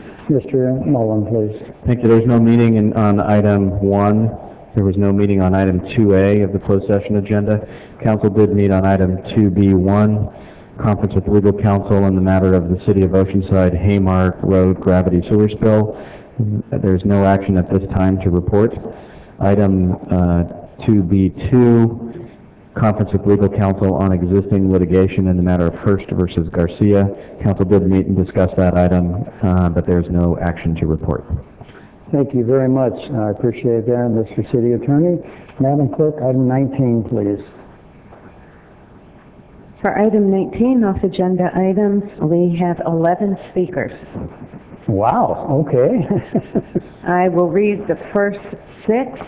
When I read your name, please line up at both podiums. You have 3 minutes to speak.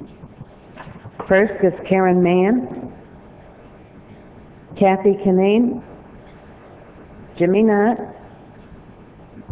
Ladies and gentlemen, we have 2 podiums. If while you're waiting for one, you can stand at the other one. It makes it go a little faster. And if you can't get up completely, we can always give you a hand mic. Thank you very much. Okay. Bill Fisher, David Neidigger, and Jenny Oakson. Good evening, everybody. Thank you, ma'am. You're up, ma'am. Your light's on. Yes, hello, Council. Pull the mic in so we can hear you, please. I'm Karen Mann. Thank you. Hello, Council members. I'm here to address issues that have been going on in Oceanside with me. Mariposa Clubhouse, I'm a member of Mariposa Clubhouse. I suffer from depression, and I had become a victim at Mariposa Clubhouse from a couple of clients in there. And Kimberly, she is the staff that works at Mariposa Clubhouse, and Helen, and Katie, and Emmett, and they stood back and they watched me become a victim. I stood up for Mariposa Clubhouse. I cleaned that place. I scrubbed that place to make it look good. And when they come in for interviews and so that they could pass the inspections for the health and everything, I made sure I double scrubbed that place, and I stood up for Mariposa Clubhouse. I used to travel from San Diego just to come up here. And because I suffer from depression, I'm a 5150, and I get made fun of all the time here in Oceanside by the Oceanside Police Department, a few of their officers. I'm a survivor of domestic violence. I'm a survivor of rape. I'm a survivor of, I'm stand up for the homeless.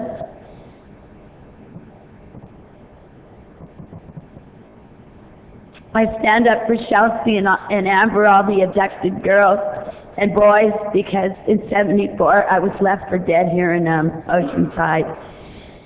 Originally I come from Chicago, from the ghettos, and New Orleans from the ghettos. And yes, I wasn't born with a metal spoon in my mouth, and yes, I am a Democrat. Yes, I thank God for Obama. And yes, I love my veterans and my military men, and I support our troops today. And yes, I support the officers, and I support OPD. And Kimberly Rainwater, that is in Internal Affairs for the police department. Well, there was an issue that I had at IHOP, and I met her. I was standing out in front and waiting for Mariposa Clubhouse to open at 8 o'clock. And so I met her, and she found out, when she found out that I was a 5150, her attitude towards me changed. Ma'am, if I could stop you. You have 3 minutes, your time's up. Oh, Could you do me a favor? I'm not sure exactly what you want from us in 3 minutes. We really not supposed to respond to items not on the agenda. Could you go back and see that lovely lady that's got that weird look on her face right now? Yes, sir. I just want justice today, sir. That's all I want. Is our deputy city manager, and ascertain, and just talk to her and see if she knows what it's for. Thank you, young lady. I appreciate that. Michelle, I'm not sure exactly what she wants. She's dealt with the police and internals. I'm not sure. So if you'll find out or refer or whatever. And 5150, I'm not sure. Secondly, hi again. It's that time of the year. It's good seeing you. It is that time of the year. Mayor Wood, City Council person, my name is Kathy Canane. I reside at 2987 Highland Drive in Carlsbad. I'm the owner of Canane Events and the race director for the 7th Annual Pacific Marine Credit Union Oceanside Turkey Trot. And this evening I thought I'd give a little recap of last year. We hit over 7,700 runners and walkers, which was a fantastic year for us, up from 6,000 the year before. We are currently on track to be 25% ahead of last year, so our targets are somewhere between 9,000 and 10,000 registered runners and walkers. We, of course, are thrilled with the results of how much the residents and people of North County, and actually people from around the country, have embraced this event. Some of the highlights from last year is that the event was, we had 4 live television stations at the event interviewing our participants, and it was just a fantastic morning for all of the families. I wanted to recap kind of the promotional plan that we'd used for the event in order to get the 10,000 people here. We worked for 7 months with an extensive advertising and marketing campaign, which led to 5 million impressions nationally. We had more than 50,000 television impressions based on the live television coverage the day of the event and pre-event. We had 287,000 print media impressions and over 4 million advertising impressions. Through this promotional campaign, we were able to attract people from Oceanside, Carlsbad, Vista, San Marcos, San Diego, and of course, outside the North County area, with 5% from other states. We typically attract people from over 350 cities and 34 states. The fiscal impact last year, we gave a donation of $29,000 to a variety of organizations. I believe we had 60 organizations, including the Semper Fi Fund, the Schools of Oceanside. We spent over $100,000 in goods and services with local vendors, and we had over 1,500 people that were outside the San Diego County area, which we estimated to have an impact of $450,000 on goods and services. The restaurant 333 served 500 meals on Thanksgiving Day, and we served all the hotels along the course. The event again happens Thanksgiving morning. I put this map up just to show people how easy it is to get downtown to park. We have a deal with North County Transit District this year where they're going to offer 50% off tickets on the Sprinter, which would make things easy. We have a 5-mile run, which will have 2,500 participants. We'll have a 5K run walk. It'll have 2,500 participants, and we're expecting another record day. Information is available at osideturkeytrot.com. Thank you very much. Before you leave it, could you bring up the first picture again? Oops. That one right there. As you notice, ladies and gentlemen, it's Thanksgiving. Deputy Mayor Feller and I are right in the front line right there, the two skinny guys up front. And yeah, we have that. It looked like a turkey costume. Jackie, were right beside me. I remember you well. Thank you. It is a very popular event. I'm amazed that, like I say, over the years, bigger and bigger crowds. Look at that street. It's unbelievable. Thank you for bringing it forward. Thank you very much. Mayor, council members, Jimmy Knott, 127 Cherry Lane. First, a reflective note. Over the past few months, it's been interesting, educational, fun. I made a lot of new friends along the way. I want to take a few minutes here and congratulate those candidates that were successful, but recognize one thing.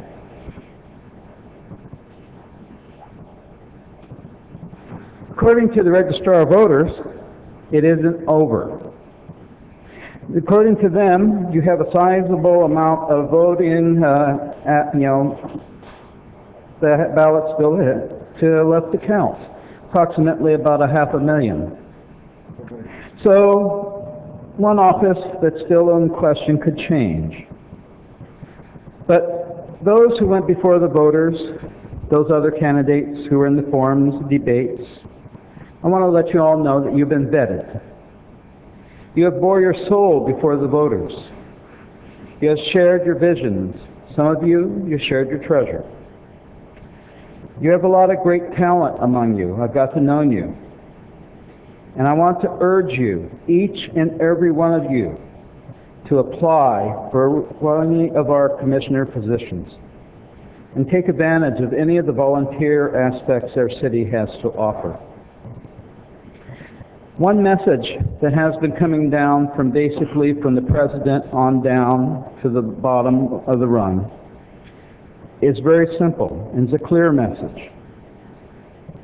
To quit the strife, work together, and get the people's business done. And the simple message is the election is over for all intents and purposes, except for a few counts of votes here and there. And it's time to move ahead. So once again, thank you, and let's move ahead.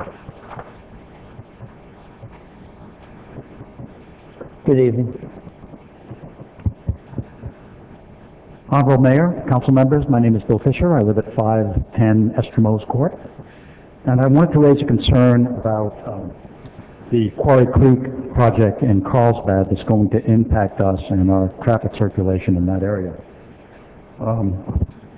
College Boulevard already has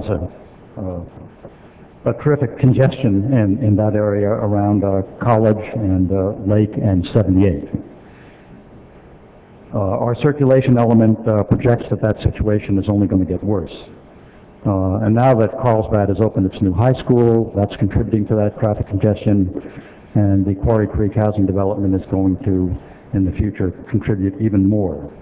I would like to suggest to the city that they send us, that you, the city, sends a strong comment letter to the Carlsbad City Council commenting on the draft environmental impact report for this project. Carlsbad needs to be a good neighbor to us and not foist further traffic failures on Oceanside with that project. The developer is proposing more than twice as many houses as originally zoned for in that area. So that's a concern, and I think that Oceanside needs to raise an objection about this. It's going to impact us. We should be requesting a reduction in the number of units and some additional mitigation that makes sense. We don't want to see, I certainly don't want to see, and I think Oceanside citizens don't want to see increased traffic impact in that area from that project. So I ask you to take note of that. It's a heads up for future consideration. Thanks very much. Thank you, Bill. I think we're planning putting K-rails across the street like they did for years and lots of traffic. Thank you, sir. That won't cut it, Jim. Mr. City Manager. We'll take the K-rails off from Miramani and move them over there. Excuse me. Honorable Mayor, council members, we are in the process of reviewing that EIR and preparing a comment letter. However, I would certainly encourage any resident, if they have an issue or concern, the EIR is available on the City of Carlsbad's website. Any resident that has concerns reviewing that document should submit formal comments directly to Carlsbad as well. Thank you, Mr. City Manager. The deadline, I believe, is December 5th. 7th. 7th, yes. Sorry, young lady, right in the middle of that. Good evening. Hi, Mayor, council staff. My name is Jenny Oakson. I'm a Carlsbad resident. Sorry. Is that in the United States? Yeah, it's not in Germany. And I'm the owner of Coastal Cab. I'm here about the pesky drop-off restriction, which is 5 times a cab that is not licensed in Oceanside can drop off within city limits of Oceanside in 30 days. My cab company has 6 cabs, not enough to meet the licensing parameters, but we do drop off 5 times in 1 hour on a Friday night from Carlsbad, Camp Pendleton, Encinitas, and Solana Beach, where we are licensed to pick up. No other city in the entire county of San Diego has a drop-off restriction like Oceanside. There just aren't enough cabs, and I know because I was out on the Halloween party nights that are licensed in Oceanside to pick up all of the revelers in the Carlsbad bar area. This restriction is impossible to enforce. It would be costly to enforce, and it's not being enforced, so therefore it shouldn't be on the books. I would like to respectfully ask the council to direct City Manager Weiss to meet with staff and come back to you with legislation eliminating the drop-off restriction.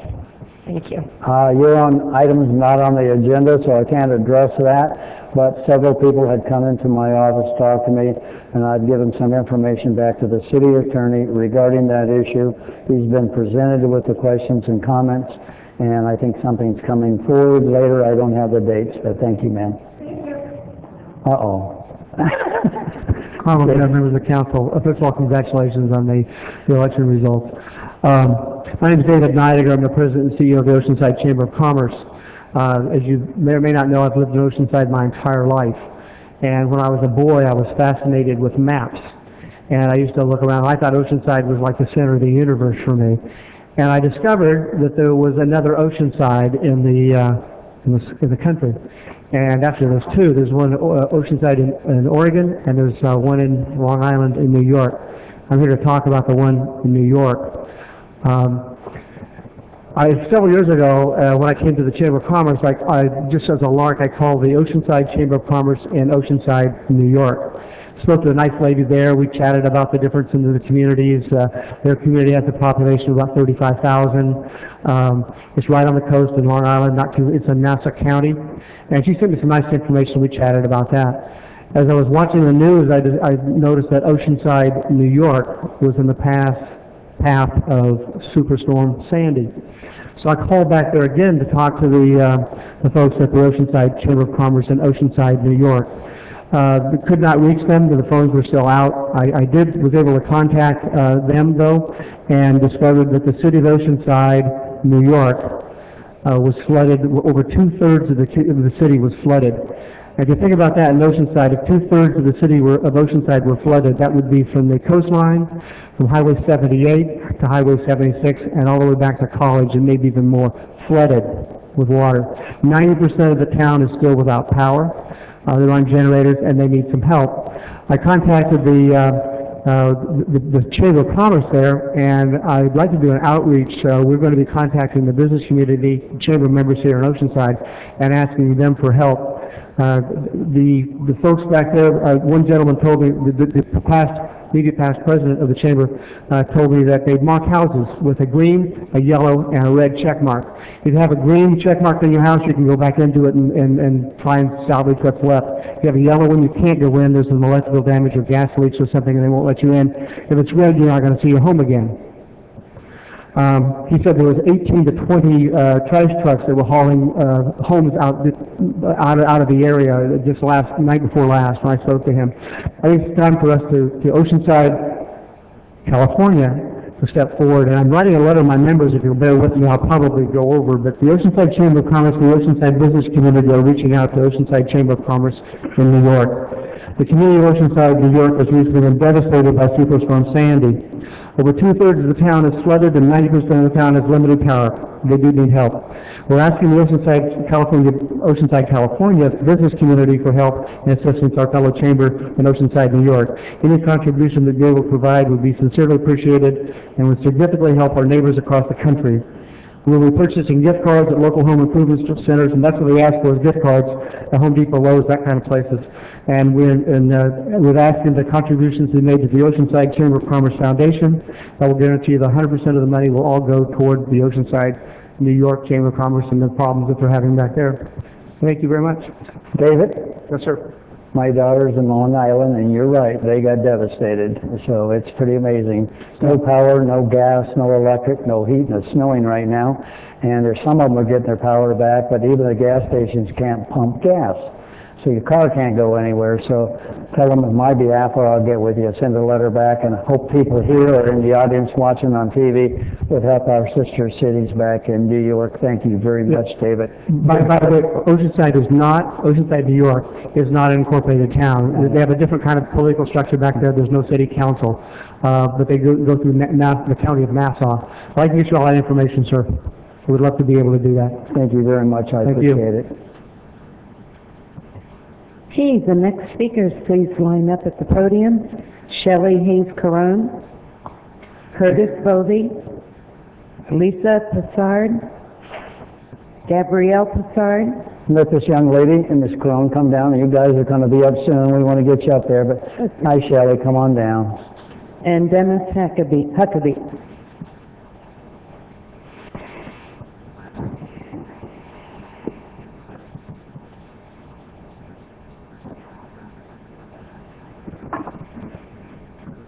Hi, Shelley. Good evening, Council.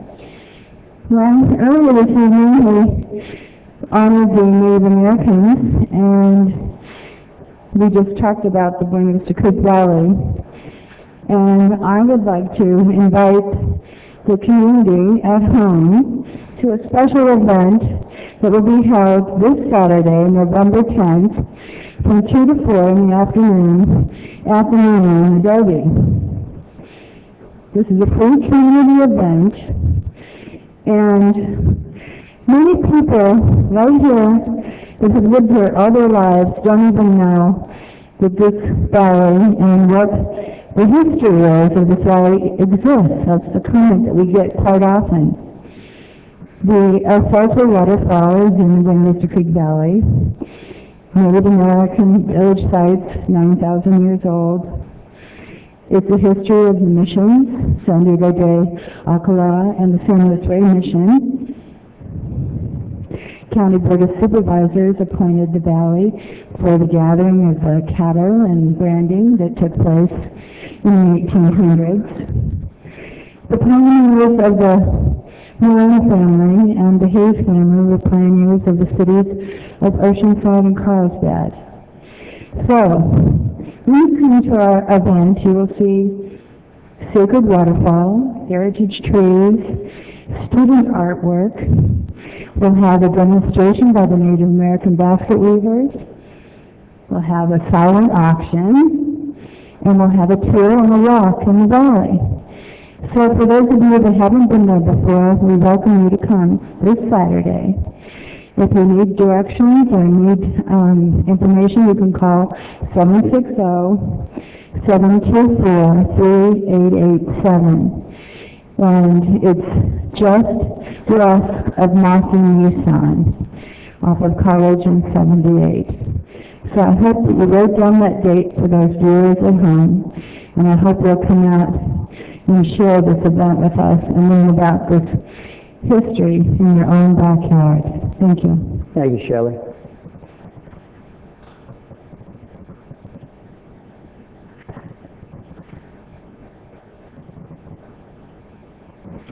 Mr. Mayor, City Council members, my name is Curtis Beauvais, and I'm a resident here in Oceanside, California. I am currently an intern with Donate Don't Dump, and I am the distributions coordinator with Donate Don't Dump. Get the mic closer to your mouth. Sure. First time. Raise it up, you want First it time. pretty tall. There you go. How's that? You hear me? Yes. Donate Don't Dump is a team-run national nonprofit organization determined to change the paradigm of food waste here in the U.S. and draw attention to the cost of spoiled food and wasted resources and disposal costs and the environment. Surplus food has the potential to alleviate hunger in the U.S. In the economic downturn, there is a shocking new face of hunger. It is active military families, seniors, and children. After discovering active military families, seniors, and children at charity food distributions, and learning that 96 billion pounds of edible food go to U.S. landfills each year, Gabri Passard, a 12-year-old then, 15 years old now, was inspired to design this new logo that you see here and created Donate Don't Dump. Just like the recycling movement, unless you see the logo, you have no way of knowing if that product was recycled. Same thing with, which we hope, in grocery stores and in different organizations. If you don't see the logo, then you won't know that the food was donated. Our mission is to encourage grocery stores, manufacturers, and restaurants to donate their surplus products to food banks, diverting these resources before they become waste. We partner with all the San Diego food banks, distribute donated food, acknowledge donors, and public awareness campaigns. Donate Don't Dump was a stakeholder at the City of Oceanside Zero Waste Workshops and is working with city staff Colleen Foster to assist the city towards its zero waste goals at zero added cost to the city. Ladies. Hi, I'm Gabri Passard. I'm the founder of Donate Don't Dump. Thank you for taking initiative and being a leader in reducing food waste. The extent of food waste is shocking in America. 96 billion pounds of food is wasted every year, which is enough to fill 91 Empire State Buildings. 40% of food produced in the U.S. ends up in the landfills anyways, so that's wasting 25% of all the fresh water and 4% of total U.S. oil consumption, and it's just wasted on food that's never eaten. Once edible food becomes a waste, it costs us even more. Food is the largest source of solid waste in landfills, and disposal cost of wasted food is over $1 billion. Food donation saves businesses money in their dumpster fees, has a potential tax benefit, and increases the informed consumers on their loyalty to the business. Through food donation and diversion, surplus food becomes valuable. The value of wasted food is $31 billion. And just a 20% recovery of food would feed 25 million people daily. Food banks will pick up the surplus food daily in refrigerated trucks, and that helps the groceries and the restaurants and the food producers.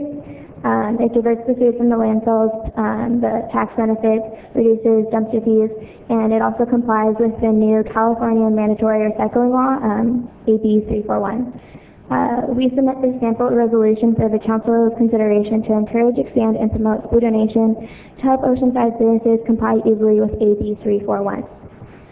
We ask the City of Oceanside to pass this resolution and partnership that will help the business of Oceanside, the underserved, and the environment at cost savings to the city and advance the city towards its zero waste goals. We challenge Oceanside to eliminate commercially wasted food. Thank you. Any more? We would just like to submit the sample resolution for you. Thank you. Before you do anything, Councilwoman Sanchez. Thank you, Your Honor. Thank you so much for that presentation. I had hoped to bring the resolution forward and unfortunately did not make the cutoff. And I do apologize because this was probably a very timely thing just before Thanksgiving, right? When we have a lot of food that's out there in the grocery stores, and you know, when you have when you order and then perhaps order too much, or you know, other reasons. And so there is a resolution from, and this is a wonderful nonprofit organization. How old are you again? 15. It's called Donate, Don't Dump. And to have someone as young as you and to have, you know, this kind of presentation is very inspiring, I hope. It certainly is to me, and I hope it is to the rest of our community. And the resolution is, the way they've requested it is, it's a resolution of the City Council in commitment to food recovery programs through donation as a strategy towards overall waste reduction and diversion goals within Oceanside's zero waste policy to eliminate food waste, pollution, and alleviate hunger for underserved citizens through partnership with Donate, Don't Dump. And so I'd either like to direct staff to bring this resolution forward to the next meeting. Thank you so much for this presentation. Again, very timely before Thanksgiving, or I could do this on my own. Colleen's here, so I'd like to just go ahead and direct staff to bring this forward. And Colleen, could you come forward and just say what, if that's something that you would be able to do at the next... An item not on the agenda, we understand, so thank you. Go on, Colleen. Hello. Good evening, Honorable Mayor and Council. Staff can definitely work on preparing this resolution to take it to Council, whether it's right before the holidays or after. It's just good to bring awareness about this as an option. And even if it comes after the holidays, at some point, that's actually one of the times we're in most need, where people forget to donate at that point, and that might be a good timing. But over the next few months, we would like to do some more awareness with Donate, Don't Dump. We've got some great partners. I spoke with Albertsons this morning, so they're really on board to support these efforts to get other agencies and businesses in the community to support this. That's fantastic, and I have to say that our grocery stores in Oceanside are taking the lead, and it's pretty amazing what they're doing. So it sounds like staff is prepared to bring this forward in the near time. If you would, ladies, if you want to get a copy of that to the city clerk, number one. And when you leave, go up and see that lady in the back corner. She wanted to see you anyhow. Okay? Thank you. Mayor. Thank you very much. I have a question. This does not preclude the organizations that are currently going. This just is in addition. I mean, there's many organizations out there picking up food all the time. Correct. We partner with those organizations, with all the San Diego food banks, and everyone who picks up currently in Oceanside, we partner with them. It's just we raise awareness at no cost to the city, provide, get you some PR, and help the city in its efforts to lead the charge in zero waste. Well, if it doesn't, I would suggest that, you know, there are many churches that do that as well. Yes, absolutely, but they are all in need of more food, and every day there are tons of food that is wasted, that rot in the back of grocery store dumpsters that could go to other uses and be diverted from landfills too, and help the hungry at no cost. I can tell you that no food gets at no cost. No food gets wasted around Councilmember Feline, I can tell you that. point of personal order here. Go ahead, sir. Yes, I thought the message of the election was we were supposed to get a lot. Oh. Get a, man alive. Oh, I know, I have all the nice things I've been saying about you. Oh, I can know, but I've been with you line and through line, and I know. Ladies and gentlemen, thank you very much. Very, very nice of you to be here for that. Thank you very much. And please see Carrie back there. I appreciate it. Thank you, Colleen. Good evening, sir. Sorry we're keeping you so late.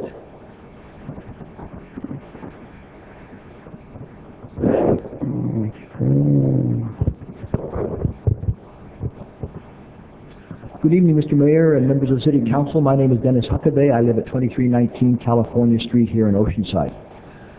First of all, I'd like to offer my congratulations to the mayor and to returning council members on their re-election. And all of us, I'm sure, here in Oceanside wish you well. We look forward to your good judgment, and we look forward to supporting all of you behind the dais as we work together to make the city we love and call home the very best that it can be. I'm here this evening to support Dr. Bill Fisher and Shelley Hayes Carone to talk about the Quarry Creek project, which is a Carlsbad project, and as City Manager Weiss mentioned, the draft environmental impact report is available on the City of Carlsbad website for public review and comment up until the 7th of December. And just for any members of the audience who may not be familiar with this project, I've got a rather poor reproduction here to show you. Right here is Highway 78, west of the ocean. This is the presently existing log reserve. Here is the historical building. Here is the Salton Falls. And this area here is the project that was concerned. About half of it, 100 acres or so, is the old quarry site. Then developed in Ukraine. This is Excuse me, sir, could you speak into the mic so we can get your recording? Take it down. Michael's been down with you. That area down there is the panhandle, which we're trying very hard to preserve as open space. And I'd like to thank the City of Oceanside very much for ensuring that El Salto Falls and Buena Vista Creek are well protected. And that's because we here in Oceanside have a mining ordinance. This project is in the City of Carlsbad, but the City of Carlsbad does not have such an ordinance. So the City of Oceanside administered that mining ordinance and directed the reclamation plan for this property in Carlsbad.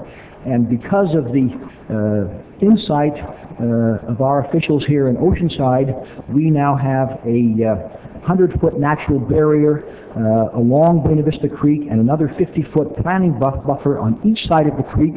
So we've got 300 feet either side altogether across this area to protect Buena Vista Creek, and that's a great accomplishment, and we certainly appreciate that very much.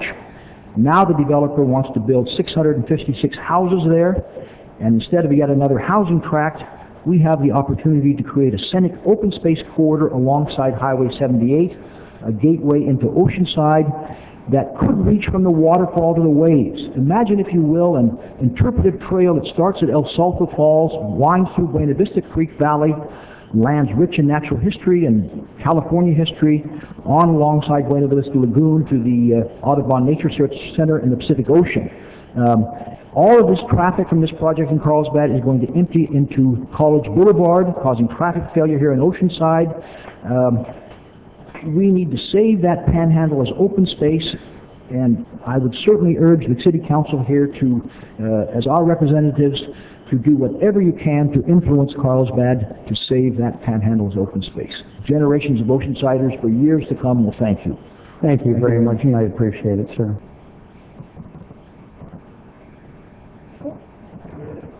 Thank you very much, and I would say one thing. I would hope the city manager and staff gets with Carlsbad regarding this issue, and the density aspect is going to impact College Boulevard and not Marone Road, but I'd appreciate that. And before I close off, I want to say one thing. I'm going to tell you that the next meeting is scheduled for Wednesday, November 28th, after Thanksgiving, and that's a Wednesday at 2 o'clock. But I want to close tonight in silent memory of Pastor Michael Wilson from St. John's Missionary Baptist Church. If you don't mind, ladies and gentlemen of the council, again, I'll adjourn in a second, but a few moments of silence for a real gentleman who has been involved in our community for all these years, and our thoughts and prayers go out to his wife and family.